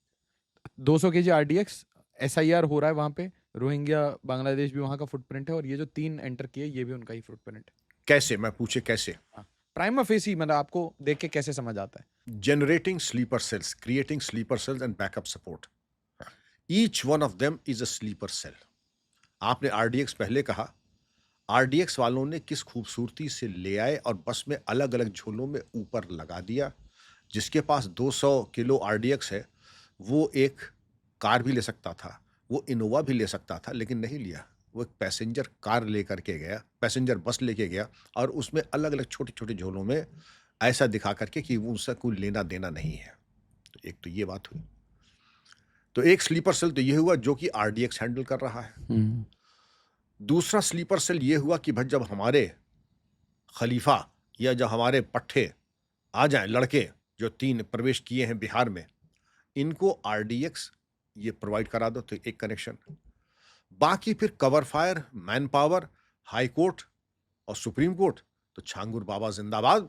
छांगुर बाबा के पास पैसा भी है और वो कहता है कि साहब ये तो दीन पे हमला है, हमारे ऊपर हमला है और हम इनकी पैरवी हाई कोर्ट में भी करेंगे और हम सुप्रीम कोर्ट में भी करेंगे। तो ये माल भी आएगा, मैन पावर भी आएगा, कवर फायर भी होगा और ये छांगुर अकेले नहीं है। इनके साथ जर्नलिस्ट भी हैं, पत्रकार भी हैं, इनके साथ स्ट्रिंगर्स भी हैं, इनके साथ वो लोग भी हैं जो यूट्यूबर्स हैं जो जा कर के रेकी करेंगे जा कर के, जैसे ज्योति मल्होत्रा थी। अरे भाई डैम की फोटो ले ली तो उसमें क्या बुराई है? अरे भाई इन्होंने सड़क की फोटो ले ली, क्या बुराई है? बुराई है कि जो चीज़ आपको सैटेलाइट से नहीं मिल सकती है, वो ज्योति मल्होत्रा की जो आपके टुकड़ों पे पल रही है, वो ला कर के दे रही है आपको। पाकिस्तान विज़िट कर रही है, ड्रोन शॉट्स दे रही है। अरे साहब सिक्योरिटी पाकिस्तान की मिल रही है और ये जो उनकी जो है रिश्ता भी है उनका। रिश्ता भी है। She had a relationship. हाँ, with Pakistan first first secretary. हाँ, और उसके साथ वो गई कहाँ फूकेट गई, चाइना गई और इसने ये जो थर्ड सेक्रेटरी है इसने इनसे मिलाया था जो बेगम साहिबा गवर्नर है पंजाब की, स्टेट गेस्ट थी। आप में मेरिट तो वहाँ पर सफाई कर्मी होने की भी नहीं है। इस्तकबाल आपका क्वीन एलिज़ाबेथ की तरह हो रहा है। तो ये किसी के समझ में नहीं आ रहा कि आप इतना मूर्ख समझते हैं किसी के समझ में नहीं आ रहा है। हाँ, कवर फायर ज़रूर। आखिर अगर उसने डैम की फ़ोटो ले ली। मैं आपको बताऊँ कुछ? बताइए। मैंने इसके ऊपर जो भी वीडियो बनाई थी ज्योति मल्होत्रा पे, तो ये लोग क्या करते हैं, मास रिपोर्ट करवाते हैं उस वीडियो को। तो वीडियो यूट्यूब ने ही डिलीट कर दी। हुँ। 2 लाख 2.5 लाख व्यू आ चुके हैं जिस वीडियो पे, वो यूट्यूब ने रातों रात आपका गायब। वीडियो? हाँ, वीडियो। क्यों डिलीट कर दिया? अच्छा, उनके प्रायोजित कार्यक्रम को विरोध में जा रहा था वो। नहीं तो मतलब मैंने वो वीडियो बोला था कि आप एक काम करिए, आप ये वीडियो स्टार्ट में ही बोल दिया मैंने कि इस वीडियो को ना सारे अपने फैमिली ग्रुप में शेयर कर दीजिएगा, क्योंकि ये अवेयरनेस के लिए वीडियो बना रहा हूँ मैं, कि कैसे ये आपको कल्टीवेट करते हैं, कैसे ये यूट्यूबर, क्योंकि मुझे जो समझ आया सर, मेरे को सोशल मीडिया थोड़ा समझ आता है, ये ज्योति मल्होत्रा को कल्टीवेट कर चुके थे। शी वाज नाउ जैसे पीआईओ मान लीजिए आप, है ना, Pakistan No, she intelligence was an asset of the ISI. Asset. मैं उस लेवल पे नहीं सोच रहा, मैं सोच रहा हूँ now she was actively trained and working for Pakistan and she had a job to create a social media ecosystem with other creators. होता ना, मैं इससे मिलूं, मैं उससे मिलूं। नहीं किया भी उन्होंने, एक पंजाब वाले साइड लिखे हुए थी, जो एक पंजाब उड़ीसा वाला था, भी फंसा एक था। उड़ीसा वाला भी फँसा था। इसी तरह से कि जो हनी ट्रैप एक लड़का हुआ था वो भी इसी कॉन्टेक्ट में था। तो ये तो पूरा नेटवर्क कवर फायर और ये पाकिस्तान का यही सपोर्ट सिस्टम, इसी को कहते हैं सपोर्ट सिस्टम। आपने डैम किया, पहलगाम भी ये गई थी पहले। पहलगाम की जो नरसंहार हुआ था उसके पहले भी गई थी। तो क्या रेकी ये करने। हाँ, ये मैं इसको बिल्कुल रकी मानता हूँ आशीष, हम्म। और मैं बिल्कुल चाहता हूँ इनको रौंद दिया जाए। सर अगर एनआईए जैसी ऑर्गेनाइजेशन ना हो, हम्म। एटीएस जैसी ऑर्गेनाइजेशन ना हो स्टेट में और सेंटर पे, तो सर ये तो मतलब जिस तरीके से ये प्लान्स चल रहे हैं, ये सब अगर इसके सारे डॉट्स कनेक्ट करिए नेपाल बॉर्डर पे, फिर ये जो मदरसे वगैरह बने हैं जिसमें बंकर जैसे स्ट्रक्चर्स हैं, जो पॉपुलेशन वहाँ की है नहीं उनको लाया गया है, 200 केजी आरडीएक्स कहीं आ रहा है, कहीं स्पेशल इंटेंसिव रिवीजन हो रहा है, उसका पॉलिटिकल पार्टी सबसे ज़्यादा विरोध कर रही है। बांग्लादेशी रोहिंग्या आपके घर में है, कोई घर में इनको अपने रखने के लिए तैयार नहीं है, बट कंट्री में सब पालने के लिए तैयार हैं। इन सब को वोट के लिए मल्टीपल स्टेट्स में यूज़ किया जाता है। एक्चुअल वोट चोरी यहाँ चल रही है। उसके बाद ऑर्गेनाइज क्रिमिनल्स में आप नाम देखिए तो आपको बड़े बड़े नाम, अतीक अहमद, आजम खान, मुख्तार अंसारी, सिवान में तो आपको अशरफ शहाबुद्दीन पे कितने नाम सुन रहे हैं आपको? सारा खेल ही इसी तो एकाधिकार है, मोनोपोली है इन लोगों की। संगठित अपराध में, नकली नोट में, सामूहिक हत्याकांड में, जमीन पे कब्जा करने में, जबरन धन वसूलने में। और शर्म की बात यह है कि जो पूरा तंत्र है सर, वो तंत्र इनके सामने घुटने पे बैठ के पैसे ले लेता है। और जो नहीं लेता है वो फिरका परस्त है, वो जो है मुसलमान विरोधी है। दूसरी चीज ये है कि दुनिया में सारी एम्बेसीज खत्म हो गई हैं कि पाकिस्तान एम्बेसी में आज अगर मालूम पड़े कि जूते मुफ्त मिलेंगे तो वहां भी लाइन लग जाएगी जाने की। हमारे यहाँ ऐसे लोग बेकरार हैं पाकिस्तान प्रेम दिखाने के वाले, ये कहते हैं कि यहाँ पर जो आएगा उसको 10-10 जूते मारेंगे पहले, फिर हम अंदर जाने देंगे। या साहब हमको आप 20 जूते मारिए लेकिन हम जाएँगे ज़रूर पाकिस्तान एम्बेसी में। मेरी बातें बुरी ज़रूर लग रही होंगी, लेकिन मैं ये पूछना चाहूँगा कि जिस देश की सेना आईएसआई के ऊपर हमारे युवाओं उनके हाथ हमारे युवाओं के खून से सने हैं, उसकी एम्बेसी को आप अछूत मानेंगे? या उसकी एम्बेसी में दावतनामा खा करके आप उनके नमक हलाली का परिचय देंगे अपना? मेरा नहीं ये सर, सवाल उनसे है कि जो इसे रिस्पेक्ट माना जाता है। मैंने बहुत सारे इंडिया के लीडर्स को, प्रोमिनेंट लीडर्स को की पिक्चर्स देखी हैं कि बीइंग, और उसमें कैप्शन भी लिखते हैं वो, being facilitated by honourable high commissioner, ये बता दीजिए unless you are in the diplomatic services why you meet. Why should you even meet Pakistanis? आप पाकिस्तानी से मिलते क्यों हैं अगर आप डिप्लोमैट नहीं है? आईएफएस में है तो आपका काम है, आपका काम है जाना, तनख्वाह इसी बात की आप ले रहे हैं। If you are not a diplomat, आपका यू हैव नो बिजनेस, जब तक कि आप ब्लैक मार्केटियर ना हो, स्मगलर ना हो और देशद्रोही ना हो। पाकिस्तान का प्रेम हमको तो ये दिखाना चाहिए in thought, word and deed I am against all enemies of India. In thought, word and deed I am against all anti nationals. तो टीवी पर मैंने जो बताया था, बात खत्म नहीं हुई थी। मैं हर राष्ट्र विरोधी तत्व का जानी दुश्मन था, हूं और सदैव रहूंगा। आपको बात मेरी बहुत बुरी लगी होगी, लेकिन मुझे इसकी भी परवाह नहीं कि मेरी बात आपको अच्छी लगे या बुरी लगे, क्योंकि कुछ सिर फिर अभी भी ऐसे जिंदा हैं जो देशद्रोहियों को खुली चुनौती देते हैं और मैं उनमें से एक हूं। और इनकी संख्या दिन ब दिन दुर्भाग्य से आपके बढ़ती चली जा रही है। तो इनका ट्रीटमेंट कैसे होता है? इनका ट्रीटमेंट तो बहुत अच्छा होता है। एक रेजोल्यूट नेशन जो इंटरनेशनल बेस्ट प्रैक्टिसेस होती हैं, जैसे चीन और इजराइल की, they are international best practices, उनको इंपोर्ट कीजिए। अच्छे विचार कहीं से भी आए, उनका अनुसरण करना चाहिए और उनको इम्प्लीमेंट करना चाहिए।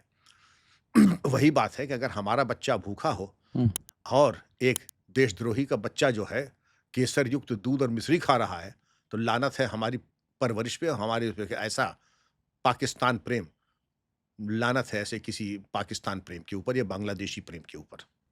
ये जो प्रेम है, ये तो आपको मैं गाड़ी पे ये भी बता रहा था कि मैं कॉलेज का नाम तो नहीं लूँगा, बट मैं आपको ये बता रहा था कि मेरे अपने घर के जो लोग हैं कॉलेज में गए तो उन उन थोड़ा सा, मतलब जो आर्ट्स में जैसी पढ़ाई शुरू होती है तो आपको अचानक से बहुत ज़्यादा एनलाइटनमेंट फील होने लगता है कि आप तो एकदम मुखिया बन चुके हैं, अब दिमाग आप इंटेलेक्चुअल बन चुके हैं। तो इंटेलेक्ट बनते ही मैंने दो चार जो शब्द सुन लिए, ठीक है। एक तो शब्द था कि भाई देखिए हमें लिबरल होना पड़ेगा, है ना, you have to respect someone's, और ऐसे ही बोला जाता है सर। मैं एक्सेंट भी एक बार, फेक एक्सेंट अचानक से आ जाता है सर। फेक, हाँ, फेकिज्म का उसका भाई 2 तरह के लोग होते हैं, बॉस्टन बॉर्न, प्रिग्स एंड स्मग्स।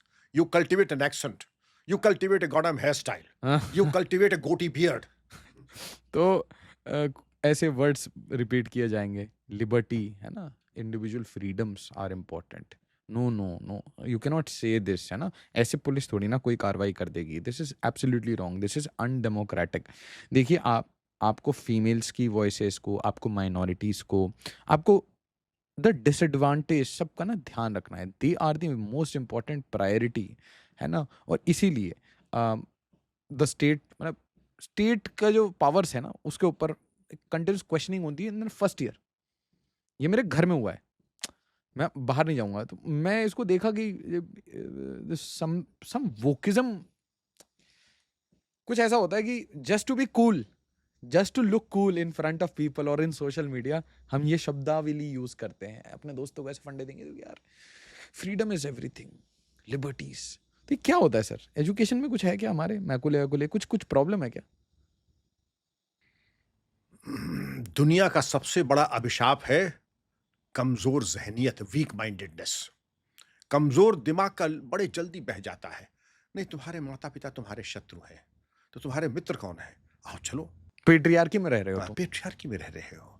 तो बाप जिसने फटे जूते पहन करके फटी बनियान ही जिंदगी भर पहनी, उसने बड़ी मूर्खता की तुम्हारे ऐसा कुल कलंक पैदा कर दिया और उसकी फीस भरी। तुम्हें पहले दिन से कह देना चाहिए कि तुम इतने बड़े, अगर तुम सूरमा हो, योद्धा हो, तो अपनी फीस और अपनी पढ़ाई लिखाई रहने का इंतजाम तुम खुद कर लेते। वो तुमने किया नहीं और आज भी नहीं कर रहे हो। ये जो वचनम किम दरिद्रता बातें 9 लाख की कर रहे हो ना, और ये सिर्फ बातों की बातें हैं। ये वही बातें, जितने लोग ये बातें करने उनसे कह दीजिए कि ऐसा कर लें आप, अपने पिताजी से पॉकेट मनी फीस मत लीजिए, आप अपने आप पे हो जाएँ। ये सारा नशा और रईसी, ये वोकिज़्म हो जाएगा खत्म। ये ऐसे चले हुए कारतूस मैंने बहुत देखे हैं। We repeating bullshit 20 times does not become wisdom Ashish, okay? You may repeat bullshit 100 times. That again will not become wisdom. Wisdom is one thing, that what is the ultimate good for society and the family. Is it doing good to the society? Is it doing good? हमसे ज्यादा liberal कौन होगा? वो गिज्म की बात करते हो, feminism की बात कर रहे हैं, जिस वक्त बहू आती तो सास अपने कमर से चाबी निकाल के पूरी तिजोरी उठा के दे देती है।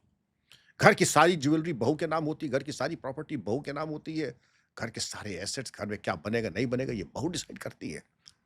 इससे ज्यादा भी तुम कुछ अगर चाहते हो तो हमें और बता दो, कहीं दुनिया में अगर कहीं हो। माँ बाप को, जिसको तुम पैट्रियार्की कह रहे हो, बाप आदि ने बहुत बड़ी गलती करती है कि आधे पेट रह करके और बिल्कुल अपने को एक तरीके से डिनाई करके कभी वेकेशन न लेना, कभी अपना इलाज न कराना, अपने लिए नए कपड़े न लेना, क्योंकि तुम कायदे से रह लो। लेकिन एहसान फरामोश और नमक हरामी कहती है इंतहा। ये देख लीजिए, आज तुम कह रहे हो पैट्रियार्की, माय ओल्ड मैन, बाप को तुम कह रहे हो माय ओल्ड मैन। ओल्डी। अब मैं हर पेरेंट से कह रहा हूं, औलाद का चेहरा देख लीजिए। अगर उसके चेहरे पे ये आ रहा है कि पैट्रियार्की और माता-पिता का हस्तक्षेप अनावश्यक है, हाँ, I need my space, don't enter my room. हाँ, ठीक है। देख सर तो पोर्नोग्राफी कैसे देखोगे? अगर कोई आ जाएगा, अश्लील तुम जो चित्र देख रहे हो, नंगा नाच कर रहे हो कमरे दरवाजे बंद करके, और जो तुम मद्यपान कर रहे हो, वो कैसे होगा? सुनिए, जिस घर में भी आप हैं, उस घर के कुछ नियम होते हैं। उस घर का नियम का अगर आप पालन करने में असमर्थ हैं, आज ही माता-पिता से कह दीजिए कि मैं इनका नियम पालन नहीं कर पा रहा मैं हूँ। आत्मनिर्भर हूँ। नहीं, नहीं, आत्मनिर्भर हो तो पहले फर्स्ट गेट आउट, सामान बाँधिए और निकल जाइए। और इतना स्वाभिमान और स्वावलंबन नहीं है, तो बाप के टुकड़ों पे रहो, बाप के टुकड़ों पे, माँ-बाप के टुकड़ों पे। और ठसक ये कि तुम्हारे क्लासमेट्स और वो वाले तुम्हारे सहपाठी तुम्हें फीस भरेंगे, तुम्हारे कपड़े ले आएँगे, तुम्हारे खर्चे उठाएँगे। ये दोहरे मापदंड जो है, ये अपने में ही, इसको कहते हैं ना इंटेलेक्चुअल डिसऑनेस्टी, दिमागी दोगलापन जिसकी को कहते हैं। बातें 9 लाख की सुन लीजिए, करना धरना ढीले का कुछ नहीं। तुम जाके कमा के दिखा दो जिस दिन, 25,000 महीना हम मान जाएँगे, तुम्हारा वोकिज़्म तुम्हारे बस का नहीं है। जिस दिन कमाने लगना तो कह देना कि डॉक्टर विक्रम सिंह आप झूठ बोल रहे थे, मैं मान लूँगा। हाँ, परम पूज्य, कुलदीपक, वंशलोचन, आप सही कह रहे थे। मैं आपके चरणों में बैठ के शिक्षा लूँगा। लेकिन ऐसा मैंने बालक बालिका नहीं देखी जिसने माँ-बाप को गरियाया हो, वो सुखी रहा हो जीवन। मैंने आज तक नहीं देखा। मैं श्राप नहीं दे रहा किसी को, लेकिन मैं जीवन की जो पत्ता मतलब पेड़ से अलग हो जाता है, सूख जाता है सर, ये तो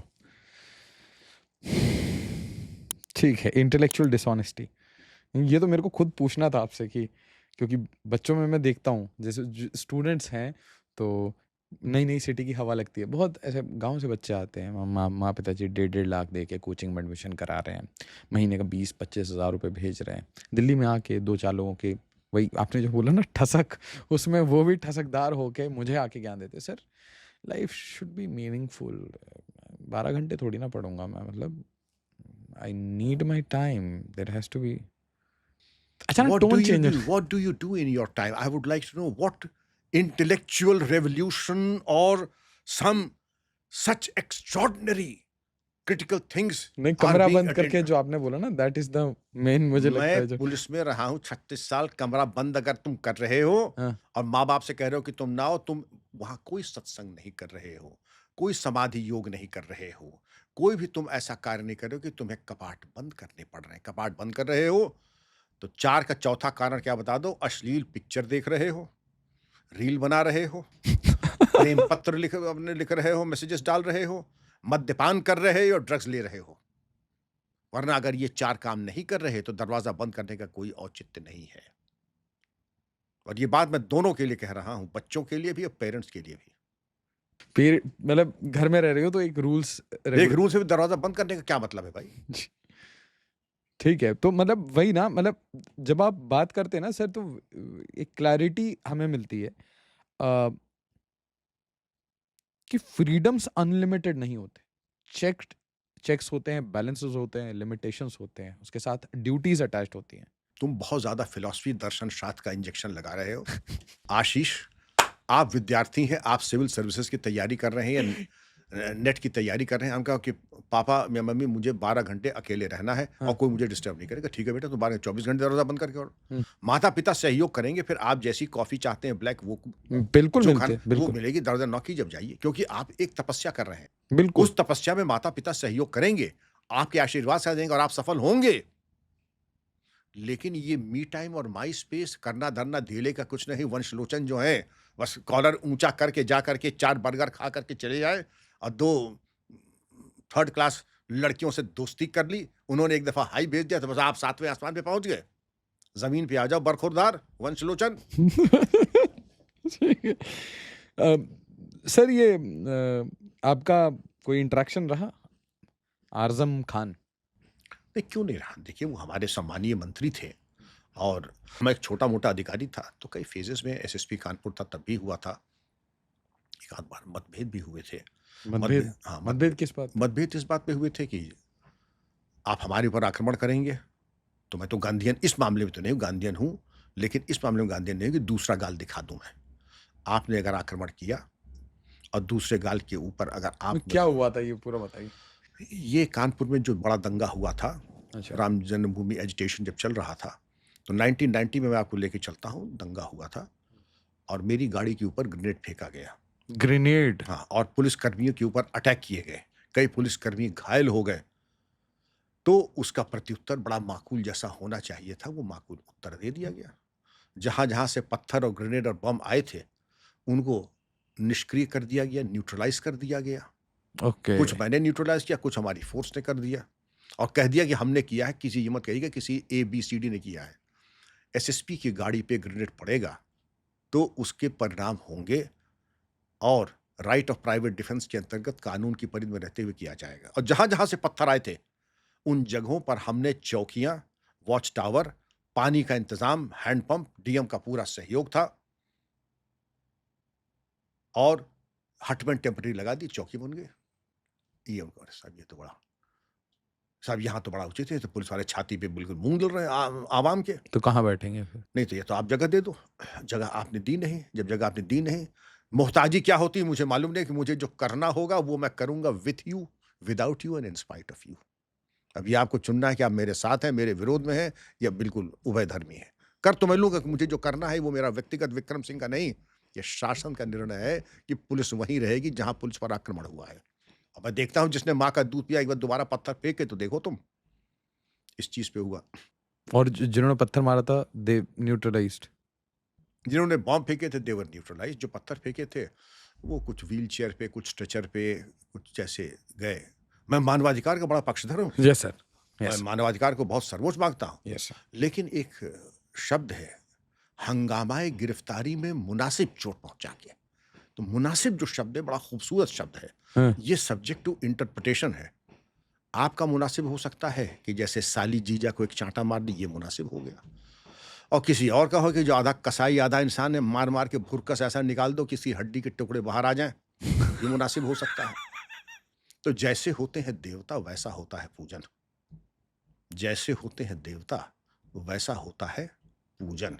तो पूजन वैसा हो गया, अब उससे ज़ाहिर है बहुत नाराज़ किया, बहुत पुलिस तो बड़ा ज़ुल्म कर रही है, पुलिस ज़ुल्म नहीं करती है।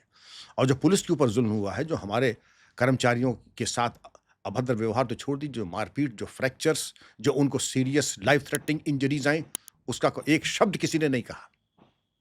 तो खैर आप हम मोहताज भी नहीं कि हम हमसे कोई सहानुभूति करे। हम सक्षम हैं अपने कर्मचारियों की इलाज कराने में, उनकी हिफाज़त करने में और उनको घर तक सुरक्षित पहुँचाने में। लेकिन जिन्होंने किया है, उसका बदला तो नहीं कहूँगा, लेकिन उस पे कार्रवाई माकूल और कानूनी, बिना किसी प्रतिशोध के कार्रवाई पूरी होगी।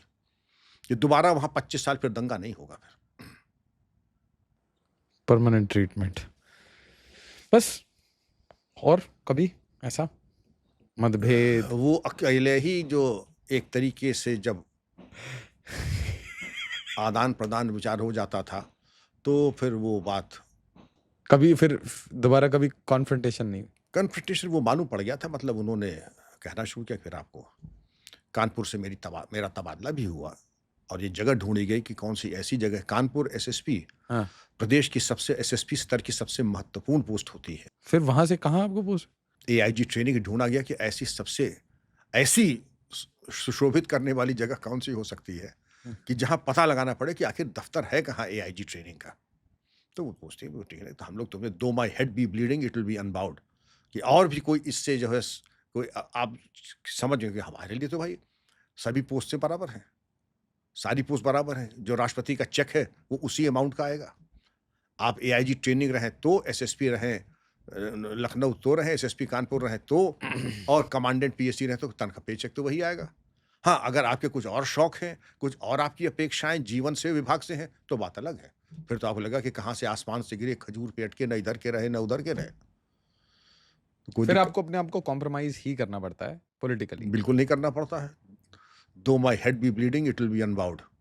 नहीं, फॉर मनी, अब आपको पैसे कमाने हैं तो उसके लिए आपको पॉलिटिकल कॉम्प्रोमाइज। बिल्कुल, अगर पैसे कमाने हैं, आपको जो है फ्लैशी लाइफस्टाइल चाहिए, आपने जीवन का लक्ष्य बना रखा है कि बच्चों को यूएस में सेटल करना है, या हमको कम से कम 1 आध मिलियन हमको कमा करके रख लेना 15 साल में, तो आप एडजस्टमेंट ही करें, क्योंकि नॉन एडजस्टमेंट वाला आदमी, उसको पेचेक मिल जाए वही बहुत बड़ी गनीमत है।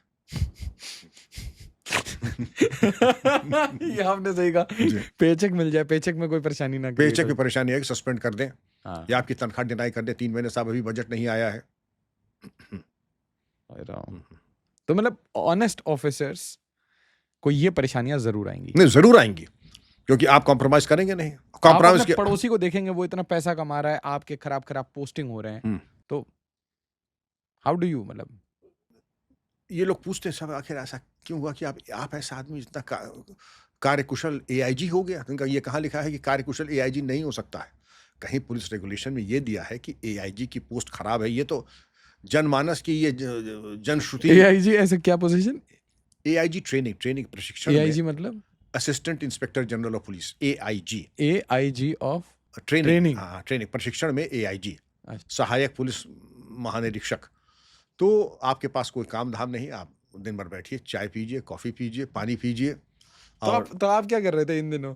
जब मतलब you seem to be a very energetic person. I have so much of work.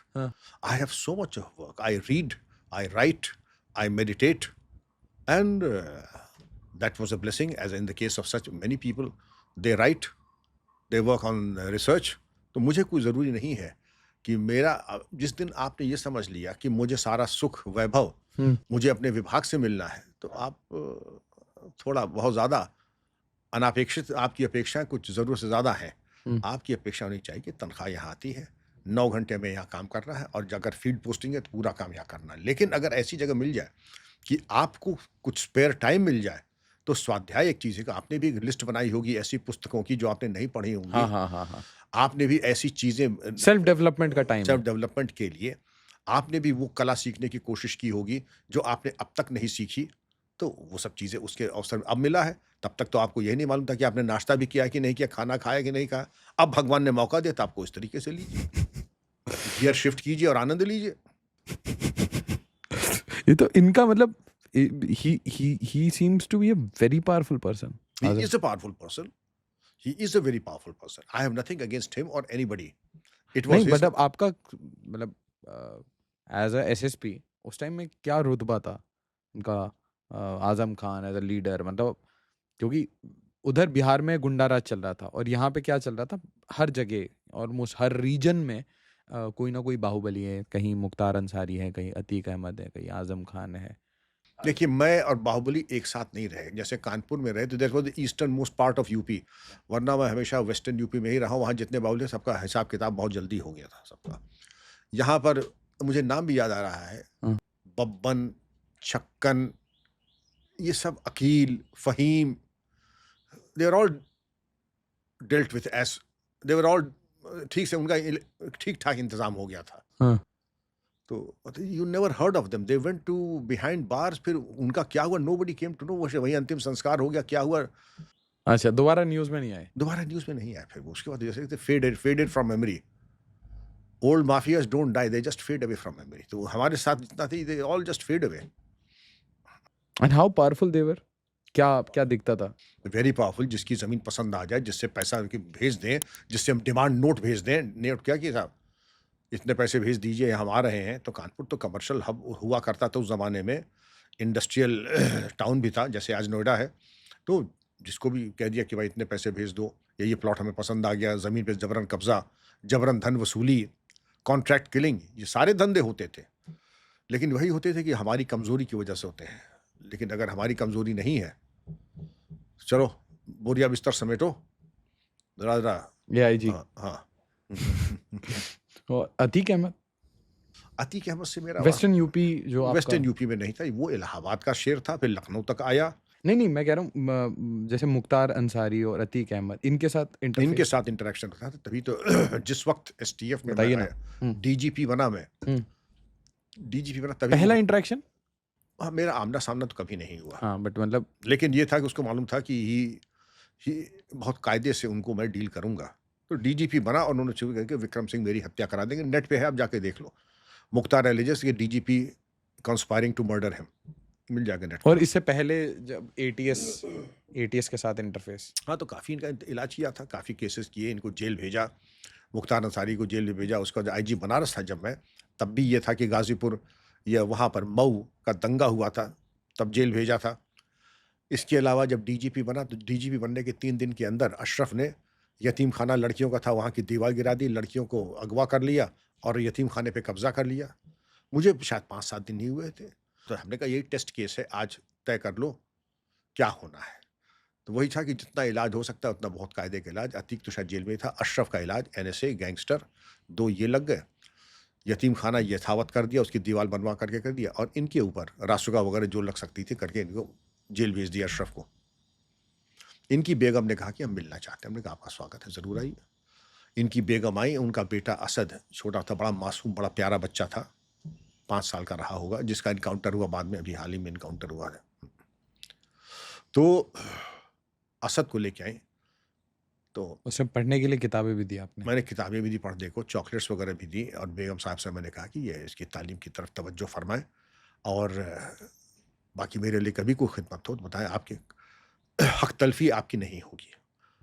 उनका आप मेरे बड़े भाई की तरह हैं, मैं बेवा नहीं होना चाहती हूँ। उनका मैं भी नहीं चाहूँगा, ये कोई नहीं चाहेगा कि आप बेवा हों। आप सलामत रहें, आपका ख़ानदान सलामत रहे, लेकिन इसका फ़ैसला बेगम साहिबा आपको और अतीक को करना होगा, इसका फ़ैसला मैं नहीं करूँगा। आप अगर फ़ैसला लेते हैं कि आप नेक चलनी से रहेंगी, आपका शौहर ये कहते हैं, तो हम आपके साथ हैं और आपकी तरफ कोई आँख उठा के नहीं देखेगा। लेकिन अगर कोई गलतफ़हमी ये हो कि मैं सियासत में हूँ, मैं इतनी बार एमएलए रहा हूँ और ये एमपी रहा हूँ और उन्हें कोई बचा लेगा, तो ये नोट कर लीजिए, कोई बचा नहीं पाएगा। क्या चीज़ कहाँ से आपके ऊपर आई और आपके ऊपर हमला किया, आपको भी पता नहीं लगेगा। एंड हाउ बिग, यानी कितने क्राइम्स कर देते थे ये? जैसे होता ना कोई इनफेमस, मोस्ट इनफेमस कांड। इसने कौन सा क्राइम नहीं किया? जो ज़मीन पर इलाहाबाद, लखनऊ में पसंद आई, ये हमारी है, लिख दो। लखनऊ में आया, हज़रतगंज में कोई प्रॉपर्टी अच्छी थी, उसने कहा पहले गया सीसीटीवी बंद करो और कल तक खाली कर देना, नहीं से मुझसे बुरा कोई नहीं होगा। इलाहाबाद में पैलेस थिएटर करोड़ों की संपत्ति थी, उसके कहते हाँ पारसीज की 10 लाख में लिख दो, नहीं उनका लगे तो अंतिम संस्कार हो जाएगा तुम्हारा। कोई सिपाही गया बुलाने, सिपाही को पकड़ लिया, पुलिस के साथ भी? पुलिस के साथ भी। पुलिस उसकी खाल ऐसे उतारी जैसे मटन शॉप में बकरा टंगा रहता है, क्या? वो हालत कर दी, उसकी टांग दिया।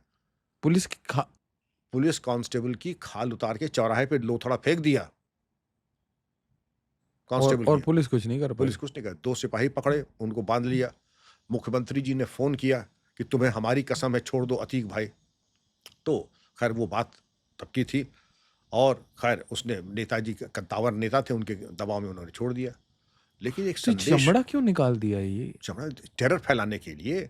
वो तो पुलिस को, हाँ, पुलिसकर्मी की खाल उतारने का मतलब। अरे तो फिर एक मिनट, ये कहानी कब की थी, मतलब क्या ये बहुत पुरानी कहानी है, उसका नया मैं समझता हूँ ये कहानी होगी 1990 के आसपास की। 1990 की कहानी है। अब उस टाइम में तो फोन, व्हाट्सएप कुछ नहीं है, अखबार में तो ये छपा होगा। बिल्कुल छपा है। आप इसमें देखो, मैं आपको सोर्स बताता हूँ इसको, अमिताभ अग्निहोत्री और शायद TV9 अतीक अहमद। आप अगर देखेंगे तो ये एपिसोड आपको अमिताभ अग्निहोत्री बता देंगे पूरे ग्राफिक डिटेल्स में। नहीं, इसका छोटे छोटे उस टाइम छपे तो होंगे ना। खूब छपा होगा। तो अगर छपा था और बाकी पुलिस ने भी पढ़ा होगा सुबह सुबह ड्यूटी लगाते टाइम ये चाय पीते। अखबार तो बड़ा वाइब्रेंट था, अखबार खूब चल, इलाहाबाद में अखबारों की कमी थी, तत्कालीन इलाहाबाद में कोई अखबारों की कमी तो थी? आप मुझे बताइए कि क्या पुलिस में इतने लोग नहीं थे कि इसको पकड़ के इनकाउंटर कर देते इमीडिएटली 24 आवर्स में बिना शायद किसी के डायरेक्शन। जब सीएम हाउस से ये जवाब जा रहा है, अतीक भाई तुम्हें मेरी कसम सिपाहियों को छोड़ दो, या उसके कुत्ते से हम हाथ मिला रहे हैं पब्लिकली, तो सिग्नल क्या जा अरे रहा है? छोड़िए सीएम को, मैं तो कह रहा हूँ एज अ फोर्स। होना तो यही चाहिए था जो आप कह रहे हैं, होना तो यही चाहिए था। जनरली ऐसे समय में ऐसे समय में अब तुम लोग थोड़े आउट ऑफ कंट्रोल भी जाते आउट हैं। ऑफ कंट्रोल भी हो जाते हैं और वही करते हैं जो आपने कहा, और उम्मीद भी यही की जाती है कि अब तो जो होगा देखा जाएगा, इससे ज्यादा बुरा तो कोई हो नहीं सकता है, हम्म, इससे ज्यादा बुरा तो हो नहीं सकता है। क्योंकि the way I understand sir कि आपने वर्दी पहनी है, वर्दी में फिर आपकी एक कोई आपका एक लीडर है, जैसे मिलिट्री है, सीआरपीएफ है, तो अगर वहां पे भी किसी एक बंदे पे कोई हिट आता है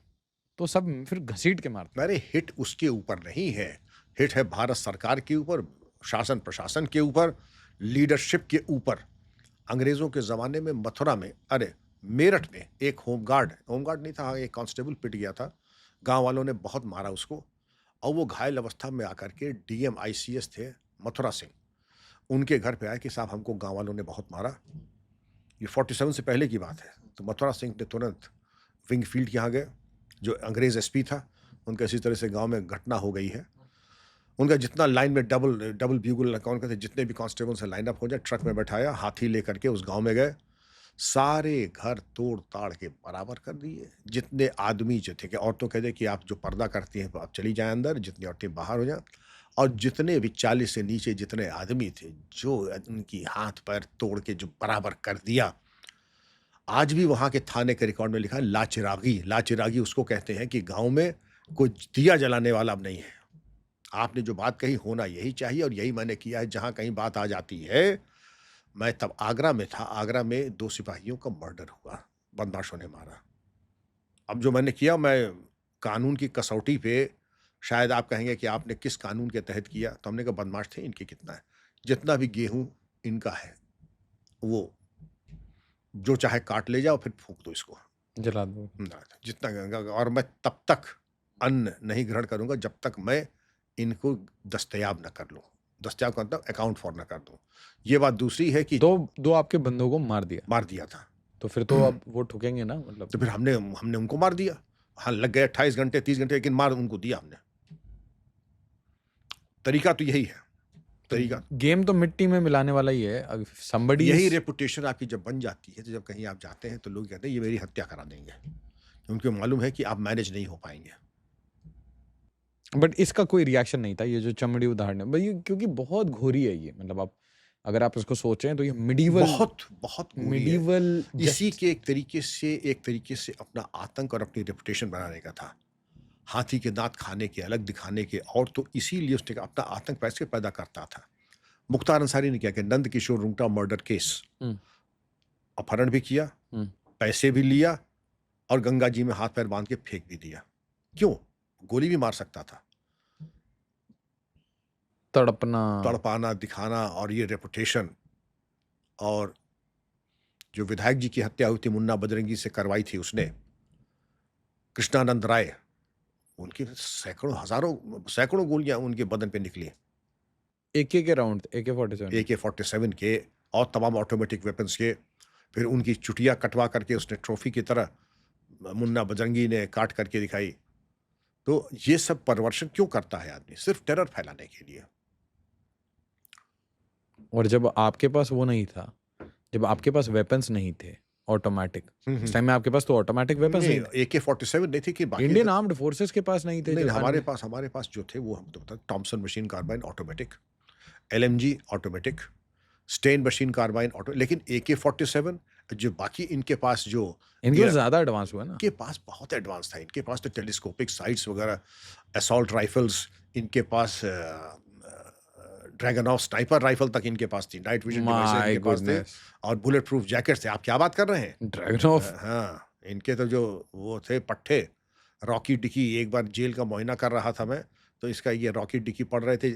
आप तो इतने प्रबुद्ध अध्यापक भी रहे हैं, प्रोफेसर भी हैं आप, ये बताइए, आपने जेम्स आर्म्स जर्नल का नाम सुना है?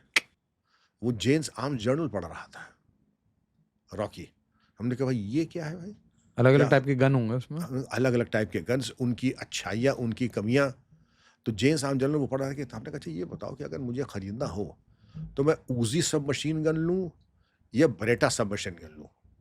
उनका सर ऊज़ी सबमशीन गन ले लीजिए क्योंकि उसमें इजेक्शन वर्टिकल होता है, नाइट विज़न डिवाइसेज़ होती है, रिकॉइल कम होता है, रुकावटें होती ही नहीं हैं। ये एक डकैत कह रहा है, हार्ड असैसिन, गैंग मेंबर, इतनी क्योंकि जानकारी। सारे कार्टेल्स भी उजी यही यूज़ करते हैं। लेकिन हुँ। इतनी जानकारी तो हमारे आईपीएस और पुलिस ऑफिसर्स को भी नहीं हुई जितनी कि उस डकैत को थी। रीडिंग इतनी कर रहे हैं। रीडिंग इतनी कर रहा है, जेम्स आर्म्स जर्नल पढ़ रहा था। तो सर आपने ये अतीक अहमद और मुख्तार अंसारी इनके बारे में बताया। तो ये गन्स भी आ रहे थे, उजी, एकेएम।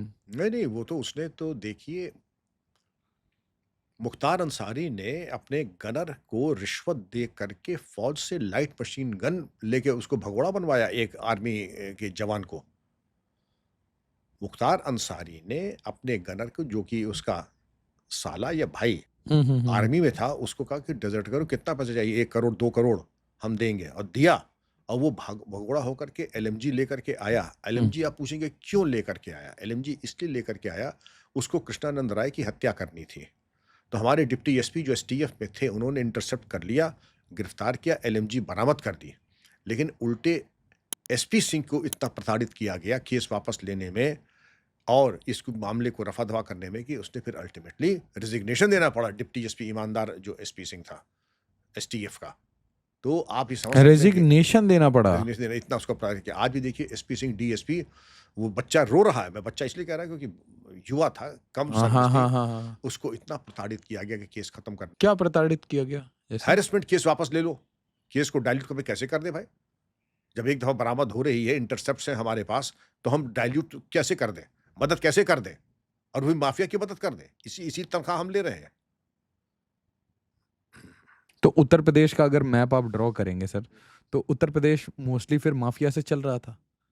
हर जगह आपके माफिया मौजूद थे, वो कमाऊ पूत थे एक तरीके से। अगर आप आज वेस्टर्न उत्तर प्रदेश में सबसे बड़े कौन? वेस्टर्न उत्तर प्रदेश की एक कमी थी कि डीपी यादव से शुरू कीजिए, सुशील मूछ है, लक्कड़पाला है। देहरादून से शुरू कीजिए, देहरादून का लक्कड़पाला यहाँ आ गया, मेरठ तक, मुजफ्फरनगर में तो था ही सुशील मूछ, एक्सटॉर्शनिस्ट। उसके बाद रविंद्र भूरा, राजवीर रमाला, 1-2 नाम हो तो बताएँ? क्योंकि आप लोग पश्चिमी उत्तर प्रदेश को ज़्यादा जानते हैं, और वो थे जिनके पास ऑटोमेटिक वेपन से नीचे वो रखते नहीं थे। They were a generation ahead of these. अच्छा। उनके काम में सोफिस्टिकेशन था। क्योंकि वो यूपी में ये बोला जाता है ना कि यूपी के सीएम का भी सुपारी ले ली, शिव प्रकाश शुक्ला। सी प्रकाश शुक्ला ने लिया कि नहीं लिया, देखिए एक हम नाम आपको दे रहे हैं, कभी फिर बैठेंगे, लंबी कहानी है वो। ठीक। इरफान गोगा एक नाम था। इरफान गोगा का इंटरसेप्ट आया था, कहाँ से आया था जो कि किसी को मालूम नहीं है। इरफान गोगा का इंटरसेप्ट आया, फिर एसटीएफ ने उसको कवर किया। तो नाम इसका ज़रूर डाल दें, लेकिन किसी के आगे है, किसी को फुट सोल्जर, जैसे दाऊद है। दाऊद यहाँ तो आएगा नहीं काम करने। इरफान गोगा को अगर काम कराना है तो उसने कहा कि कौन सा पट्टा कर लेगा, तो श्रीप्रकाश शुक्ला को उसने समझा कि शायद ये काम कर लेगा। ये इंटरसेप्ट आया। ये इंटरसेप्ट जब आया, कभी फिर बैठेंगे तो बात करेंगे। इरफान गोगा, श्री प्रकाश शुक्ला, सुपाड़ी, वो एक साइकोपैथ किलर था, इसमें कोई दो राय नहीं है। साइकोपैथ किलर था, दबंग था, ब्राह्मणवादी था, कास्टिस्ट था। लेकिन आप ये कह दें कि उसका कद, जिनके मैंने नाम बताए हैं, ये उसका 10% भी नहीं था ये। अच्छा। टेरर ज़रूर था, रंगदारी बहुत थी। शूटर था मतलब, but not a proper political mafia, no. आप जिसको कहते हैं गॉडफादर है, हाँ। मैंने जिनका नाम लिया, दे वर द गॉडफादर्स। हाँ। He is a foot soldier. ये फ़र्क है फुट सोल्जर और गॉडफादर में। कितने श्रीप्रकाश शुक्ला ऐसे इनके पास रहे होंगे, राजवीर रमाला के पास, रविंद्र भूरा के पास, लक्कड़पाला के पास, डीपी यादव के पास। मतलब आप ये समझ लीजिए कि ये आखिर ये भी तो किसी का एम्प्लॉयी था। गोरखपुर के जो बाहुबली थे, नाम लेना ठीक नहीं है, तो 2 गैंग वहाँ ज़्यादा चलते थे, 2 लोगों का स्टेशन चलता था। एक जिनका मर्डर हुआ, वीरेंद्र शाही का लखनऊ में मर्डर हुआ, और एक हरिशंकर तिवारी थे, जो अब नहीं है राजनेता थे। अब लोग बताते हैं पता नहीं कहाँ सही कहाँ गलत था कि श्री प्रकाश शुक्ला का किसी से लिंक था। अब किसका था कि नहीं था ये तो अब दोनों गुजर गए हैं। अब किसके लिंक था ये तो आप पत्रकार भी हैं, अब जरा पता लगाइएगा, हमें बताइएगा क्या। पत्रकार कहाँ से? तो ये जो मतलब इनकाउंटर चलता है उत्तर प्रदेश में, बुलडोजर जस्टिस चलता है, इसके बिना ये काम नहीं होगा यूपी में। मैंने एक वाक्य आपके सामने कहा होगा, हाँ। जैसे होंगे देवता वैसा होगा पूजन। आप कैंसर में लाल दवा अगर लगाएंगे तो आप कैंसर के साथ, लाल दवा के साथ और सबके साथ अन्याय कर रहे हैं। कैंसर में अंग अगर आपने नहीं निकाला तो पूरा शरीर नष्ट भ्रष्ट हो जाएगा। Surgery is a necessity, bypass surgery is a necessity. जिसने छाती पे मूंग रख करके सरकारी जमीन अरबों रुपए की कब्जा कर लिया, देखें किसने दम है मां का दूध पिया के कब्जा हटाए, वहां बुलडोजर ही चलेगा। लेकिन जो सुप्रीम कोर्ट ने गाइडलाइंस दी हैं उसके अनुरूप नोटिस दे करके जवाब लेके, जवाब ना आने पर दोबारा नोटिस, उसके बाद बुलडोजर, और आप कर सकते हैं। हम लोगों की ट्रेनिंग ऐसी थी कि वक्त से पहले और उम्मीद से ज्यादा माननीय न्यायालय ने कहा कि आप एक दीजिए, मैं 3 दूंगा। ये भी हो सकता है कि एक दफा 8 बजे, एक दफा 9 बजे, एक बार 10 बजे, लेकिन नोटिस दूंगा बराबर। नोटिस में कमी नहीं होगी। आपने तो एक कहा था ना, हम 3 नोटिस देंगे, हो सकता है 3 दिन में दें। जवाब का इंतजार करेंगे, जवाब अगर आ गया तो उसको देखेंगे, और आपके दिए तमाम तर्क अमान्य पाए जाते हैं, इसलिए जो प्रस्तावित कार्रवाई है वो की जाएगी। ठीक है। अक्सर ऐसा होता है कि लोग जो बड़े खलीफा अपने को समझते हैं, जवाब भेज देते हैं, लेकिन जब लिफाफा खोलते हैं तो मालूम पड़ता है लिफाफे के अंदर कोई जवाब ही नहीं है। आपके पास जो पावती है, जो रिसीट है, वो तो यही तो कह रही है कि ये लिफाफा आपके पते पर डिलीवर किया गया। उसके कंटेंट्स तो नहीं कहता कि डिलीवर हुए हैं। समझ रहे हैं ना? हाँ। लिफाफा आया, अगर लिफाफा खाली था तो लिफाफा भी लग जाएगा फाइल पे, और फिर कहेंगे चूंकि आपने यही निर्णय कि आपको जवाब नहीं देना, इसलिए प्रस्तावित कार्रवाई संपादित की जाएगी। तो where there is a will there is a way. आप अगर बचाना चाहें तो आपके पास 1000 रास्ते के, नहीं साहब सुप्रीम कोर्ट का दिशा निर्देश है, हम तो नहीं कर पाएंगे। हम अपनी नौकरी दांव पे क्यों लगाएं? It is all about will. It is all about will. But if you have the will and if you have a surgical precision with an honest intent to serve the rule of law, then there is no looking back. मैंने जिंदगी भर यही किया है, और आज तक सिवाय आशीर्वाद के, चाहे सुप्रीम कोर्ट हो, हाई कोर्ट हो, मुझे, हाँ, आजकल जो लोग मेडल्स इतने मिले, ईश्वर की कृपा है, उससे मेरा कोई योगदान नहीं है। लोगों का प्रेम, हमारे अफसरान का विश्वास और सरकार का विश्वास मेरे ऊपर। दैट सिंपली मीन्स कि अगर आप करप्शन करते हैं तो आप एक अच्छा एम्पायर बना सकते हैं। आप पॉलिटिशियंस के गोद में बैठ सकते हैं और they will reward you handsomely, है ना? और but you have to aid the organise criminals. Natural सी बात है। आप उनका बिना इस एक सिक्के के दोनों पहलू हैं। जैसे छांगुर का एक पहलू छांगुर है और दूसरा पहलू वहां का अकर्मण्य स्टाफ है जिसने छांगुर को छांगुर बना दिया। पैसे मतलब कमाना है तो छांगुर बनाना कमाना है, कमाना नहीं। कोई यहाँ परोपकार के उद्देश्य से या निस्वार्थ भाव से कोई छांगुर थोड़ी पैसा कमा रहा है। वो 4 पैसे कमाएगा, 3 अपने पास रखेगा, 1 बांटेगा। तो उस बंटवारे में लड्डू का चूरा करके आ रहा है तो बुराई क्या है? इस तरीके की हरामखोरी, इसके ऊपर शासन को सतर्क रहना चाहिए। और अगर लोग आपका डायरेक्शन चूज करेंगे, where you are going against anyone who takes rule of law in his hand, तो फिर सरकार भी आपको रिवॉर्ड करती है। रिवॉर्ड करती है। मेरा एग्जांपल ये कि क्योंकि मैं एक बहुत नेगेटिव बात ये चल रही है आज के डेट में, बस यूथ में जो एक फीलिंग है कि जो हमारा जो तंत्र है सर, सिस्टम है, that has become extremely plastic, extremely porous, extremely corrupt, and it is rare to find anyone with integrity. Rare मतलब rarity, integrity is a rarity, ये हो गया है। तो ये बात कितनी सच है कि इंटेग्रिटी इज, कि 99% लोग अब ऑलमोस्ट उस डायरेक्शन में है, और 1% लोग आपको मिलेंगे they are hard, they will follow the rule of law and they मतलब दे इंश्योर कि जो भी सिस्टम चल रहा है वो उन्हीं के कारण चल रहा है। मैं रियल लाइफ आपको बताता हूँ। I am 1974 batch of the IPS, came to UP 1975। Mister Balbir Singh Bedi, more of my elder brother and a father figure, उन्होंने मुझको गाइड किया, मेंटर किया, और उन्होंने यही कहा, integrity is expected of all the IPS and IAS officers and all the officers. बिना उसके एक तरीके से तुम लाश हो। कोई तुम एहसान नहीं कर रहे हो सिस्टम के ऊपर अगर ईमानदार हो, लेकिन ये उम्मीद की जाती है कि तुम ईमानदार रहोगे। हमारे यूपी में लगभग 350 आईपीएस अफसर हैं, 300 आईपीएस अफसर हैं।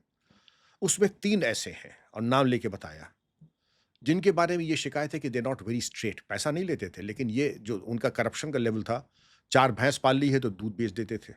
किसी साहब ने 8-10 कुत्ते रखे थे तो उनके पप्स बेच देते थे।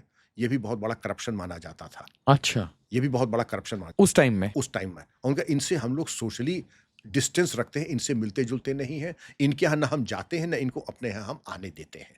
अच्छा, जो करप्ट लोग हैं उनसे आप अपने फ्रेटर्निटी में भी दूरी बनाना शुरू कर देते हैं। उनके जो शब्द थे, they are treated like untouchables. Okay. Okay? Yes. And it is said that is why you should not only be honest but ensure that corruption does not touch you. Corruption सिर्फ इसका फाइनेंशियल नहीं होता है, अपने character का होता है, अपने थॉट वर्ड डीड और अपनी आंख का होता है। अगर आपके दफ्तर में कोई महिला कर्मचारी असुरक्षित है आपसे, ये भी बेईमानी है। समझ रहे हैं? अगर आप समझते हैं कि अपने घर में बैठ करके आप मुफ्त की शराब पी रहे हैं, वो भी करप्शन है। बेहतर हो कि शराब ना पिए, भले ही अपने पैसे से आप मंगा रहे हो। बेहतर को गवर्नमेंट की पॉलिसी ये है, all government servant should conduct themselves in a manner that it is dignified and is not counter productive. तो अगर कुछ लोग कहते हैं कि साहब अपने पैसे से, आई will not comment on that, हम मंगा के अपने घर में, इट डजंट इम्पैक्ट। मैं ये जानना चाहूंगा, आप पुलिस में है, रात को 12 बजे डकैती पड़ जाती है, आपने अपने पैसे से मंगा के विस्की पी है, धुत तो अवस्था आप क्या में। कहेंगे कि भाई इस वक्त टल्ली हूं, मैं अभी नहीं जा सकता डकैती के मौके पे? इमरजेंसी बता के तो नहीं आती है, इमरजेंसी तो अपने आप आ जाती है। You are suppose to be in a fit frame of नहीं, ये माइंड। बोला और जाता है ना कि सर्विसेज में है तो बहुत प्रेशर होता है, तो ड्यूटी, बेटाइम ड्यूटी होती है तो पीना पड़ता है। मैं एक ये नहीं आर्गुमेंट जानता होता हूं जिसको 3 बार गोली लगी है आपके सामने बैठा है, जिसने इतने एनकाउंटर किए हैं। है। जी। मुझे ये नहीं मालूम कि शराब का टेस्ट खट्टा होता है, मीठा होता है, कड़वा होता है। आप तो बड़े युवा हैं, आप जरा पुशअप लगा लीजिए मेरे साथ। अगर आप मुझसे ना लगा दें, 50,000 रुपए दूंगा आपको अभी। मैं तो 75 साल का बुड्ढा हूं। ये तो चयन हर यंग अफसर को करना है कि मेरी उम्र देखना चाहेगा, ये उसके पहले ही फोटो और फूल लगवाएगा अपनी। और अगर जिंदा रहेगा मेरे बराबर, क्या अपने आप चल बैठे पाएगा? या 4 मसनद अपनी कान में रखवा करके 2 सहायक लगाएंगे जो पकड़ के बैठे साहब को, साहब चलती फिरती लाश है। कोई पीना जरूरी नहीं है, ये मानसिक विकलांगता है, ये शराब की के पीयर बारे में। प्रेशर है ये।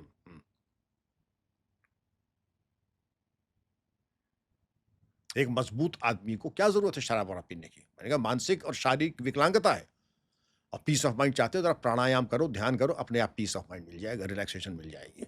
ना हींग लगे ना फिटकरी, 0 कॉस्ट पे तुम्हें मिल जाएगी। ये आपने 74 का बताया, हम्म। आज की क्या स्थिति है? जब तक आप रिटायर हो रहे थे तब तक क्या स्थिति थी? जैसे आपको ये पता था ना, हमारी ये बैच हाँ, मैं समझ गया, समझ गया। 300 में 3। हाँ, आप बड़े खुशकिस्मत होंगे अगर आपको 15% ऐसे मिल जाए जिनके बारे में आप कसम लेके, गंगा जली लेके कह सकते हैं कि ये अक्षरशः in thought, word and deed ये हर तरीके से ईमानदार है। एक प्राइमरी मोटिव ब्यूरोक्रेसी में जाने का आज के डेट में ये है, एक प्राइमरी मोटिव बन गया है। मुझे बताया जाता है और मुझे बड़ी पीड़ा होती है, इस गरीब देश ने आपको अवसर दिया कि आप गरीब जनता की सेवा करें। तनख्वाहें कितनी बढ़ गई हैं। मेरी जब तनख्वाह थी, लॉर्ड कॉर्नवालिस के ज़माने से बढ़ी नहीं थी, 400 रुपए थी। आज कांस्टेबल की भी तनख्वाहें, बड़ी खुशी की बात है, उसका जीवन स्तर ऐसा है कि जो जब मैं एसएसपी था उससे अच्छा स्तर आज हमारे कांस्टेबल्स का है। ये मुझे बहुत खुशी होती है। कांस्टेबल्स के घर में भी आपको एसी मिल जाएगा, 2 व्हीलर 4 व्हीलर मिल जाएगा, आपको फ्रिज मिल जाएगा, जो कि पहले हम सोच भी नहीं सकते थे कि जूनियर डिप्टी एसपी या जूनियर एसपी के घर में चीज़ें मिलेंगी। आज हमारे कांस्टेबल्स की इतनी अच्छी तनख्वाहें हो गई हैं कि ईमानदारी के साथ वो ये बच्चा रखता है। आईपीएस का तो कहना ही क्या, आईएएस का तो कहना ही क्या। आईपीएस की क्या तनख्वाह होती है? आईपीएस की तनख्वाह अब बहुत अच्छी हो गई है, कई गुना हो गई है। और मैं समझता हूं कि एएसपी जो जाता होगा उसकी भी कैरी होम 30,000 से कम नहीं होगी। कैरी होम सब कुछ कट्टे कटाने के बाद, हाउस रेंट कटाने के बाद भी 30-35,000 से कम नहीं होगी। ज्यादा ही होगी। ज्यादा ही होगी, मैं सब कटने के बाद कह रहा हूं। वैसे तो मैं समझता हूं 50,000 से कम नहीं होगी, लेकिन चूंकि मैं आउट ऑफ टच हूं, लेकिन 35,000 तो उसकी जेब में आ जाता है। बिल्कुल सब कुछ हाँ, कटने के बाद, इनकम टैक्स कटने के बाद, हाउस रेंट कटने के बाद, इलेक्ट्रिसिटी चार्जेस कटने के बाद, I think he would be getting. तो ये कोई कम नहीं होता है। नहीं मतलब ठीक है। अब सिस्टम में 15%, उस टाइम में 3 थे 300 में।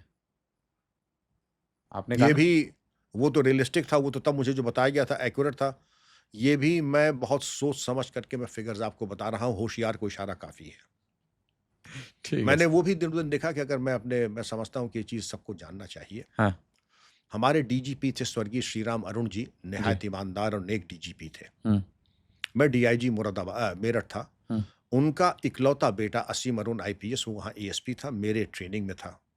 तो वो मुआयना करने आए थे, तो मैंने कहा था कि सर क्या आप चलेंगे असीम के कमरे में, कमरा मतलब पुलिस लाइन में एक कमरे का अकोमोडेशन, उसको थोड़ा ठीक-ठाक करके। असीम अरुण रहते थे, जो आज मिनिस्टर हैं, आज योगी आदित्यनाथ गवर्नमेंट में। तो उन्होंने कहा, "हाँ भई, हमने तुम्हारे सुपुर्द किया है कि तुम कुछ ट्रेन करके ज़रा कुछ उसको ठीक-ठाक अफ़सर बनाओ।" तो मेरा मन तो नहीं, जैसे हर पिता ये कहता है, दिखाता ये कि बहुत इच्छुक नहीं है, तो हमने कहा, "ठीक है, आपका मन नहीं है, कि मेरा मन है कि हम लोग चले ज़रा 5 मिनट उससे मिलें।" तो मैंने कहा कि असीम सर और हम आ रहे हैं 10 मिनट के लिए, आप ज़रा अपने क्वार्टर पे मिलिए हमसे। तो ठीक, हम गए। डीजी साहब ने पूरे कमरे का एक तरफ मुआयना किया, चेहरा की रंगत उनकी जो थी, मुझे लग गया कि मुस्कुराहट खत्म हो गई। कहा, "असीम ज़रा पानी ले आओ।" जब वो गए तो उन्होंने कहा, "आपका क्या सुपरविज़न है अपने एएसपी के ऊपर? आप ये पर्दे देख रहे हैं? आप घड़ी देख रहे हैं? ये आपके एएसपी ने कौन-सी लगा रखी है? बाहर जो 4 व्हीलर पर्सनल खड़ी है, आपको मालूम है कि आपके एएसपी के पास 4 व्हीलर है और उसके बाप के पास नहीं है? What kind of control are you having?" ये एक डीजीपी अपने इकलौते बेटे के लिए डीआईजी से पूछ रहा है कि आपका कोई कंट्रोल है या नहीं है? या इस बात का लिहाज़ आपने किया कि वो डीजीपी का बेटा है? मैं आपको दूँगा एडवर्स एंट्री कि आपका बहुत खराब कंट्रोल है अपने ऑफिसर्स के ऊपर। क्या आपने पूछा? हमने कहा, "सर, मैंने सब पूछा है।" और खैर तब तक असीम आ गए। मैंने कहा, "पानी पीजिए।" आप लोगों की तनख्वाहें ₹400 थी। हम लोग डिसेंट सैलरी पाते हैं। ये घड़ी ₹600 की है और इसमें गवर्नमेंट से परमिशन लेने की ज़रूरत नहीं है। पर्दे इतने रुपए मीटर हैं, ये भी उस लिमिट के अंदर है कि हमें परमिशन लेने की ज़रूरत नहीं है। रही कार की बात, तो मैंने गवर्नमेंट से इंटीमेट करके परमिशन लेके लोन के सारे कागज़ात सबमिट किए हैं, तब लिया है। इस तरीके की इंटीग्रिटी भी अगर आपने देखी, तो जो कि आज न कही जाती है, न सुनी अब जाती तो है, ये सब एक्सपेक्टेड नहीं है। एक्सपेक्टेड है। अब तो कहीं कि यार कितना बनाया? कितना बनाया? कितना महीने में बन रहा है? हुँ, दूसरा लेवल आ गया है। दूसरी चीज़ों की प्राथमिकताएँ आ गई। कॉम्पिटिशन है। हाँ, तो अनुशासन जो हो गया ना, अनुशासन समाप्त हो जाए, उसको अनुशासन कहते हैं। वही अनुशासन, देयर इज़ नो शासन। इसीलिए ये ज़्यादा डेंजरस है, क्योंकि मैंने आपसे जो शुरुआत में सारे क्वेश्चन पूछे, फिर आपने थोड़ा ऑर्गेनाइज़ क्रिमिनल्स पॉलिटिक्स का इंटरफ़ेस बताया, क्रिमिनलाइज़ेशन ऑफ पॉलिटिक्स। तो ये सारी जो शुरुआत की जो क्रिमिनल, टेररिज़्म ये सब मिक्स है पाकिस्तान आईएसआई का, और उसके बाद क्रिमिनलाइज़ेशन ऑफ पॉलिटिक्स है, ये सब कुछ और ज़्यादा पनपेगा अगर तंत्र इतना कॉम्प्रोमाइज़ रहेगा। Thank you so much sir, आपने टाइम निकाला। धन्यवाद आशीष बेटा, यशस्वी भव, थैंक यू सर। विजयी भव। Thank you very much. बड़ा मज़ा आया आपसे थैंक यू। वार्तालाप का। Thank thank you you very sir. Much.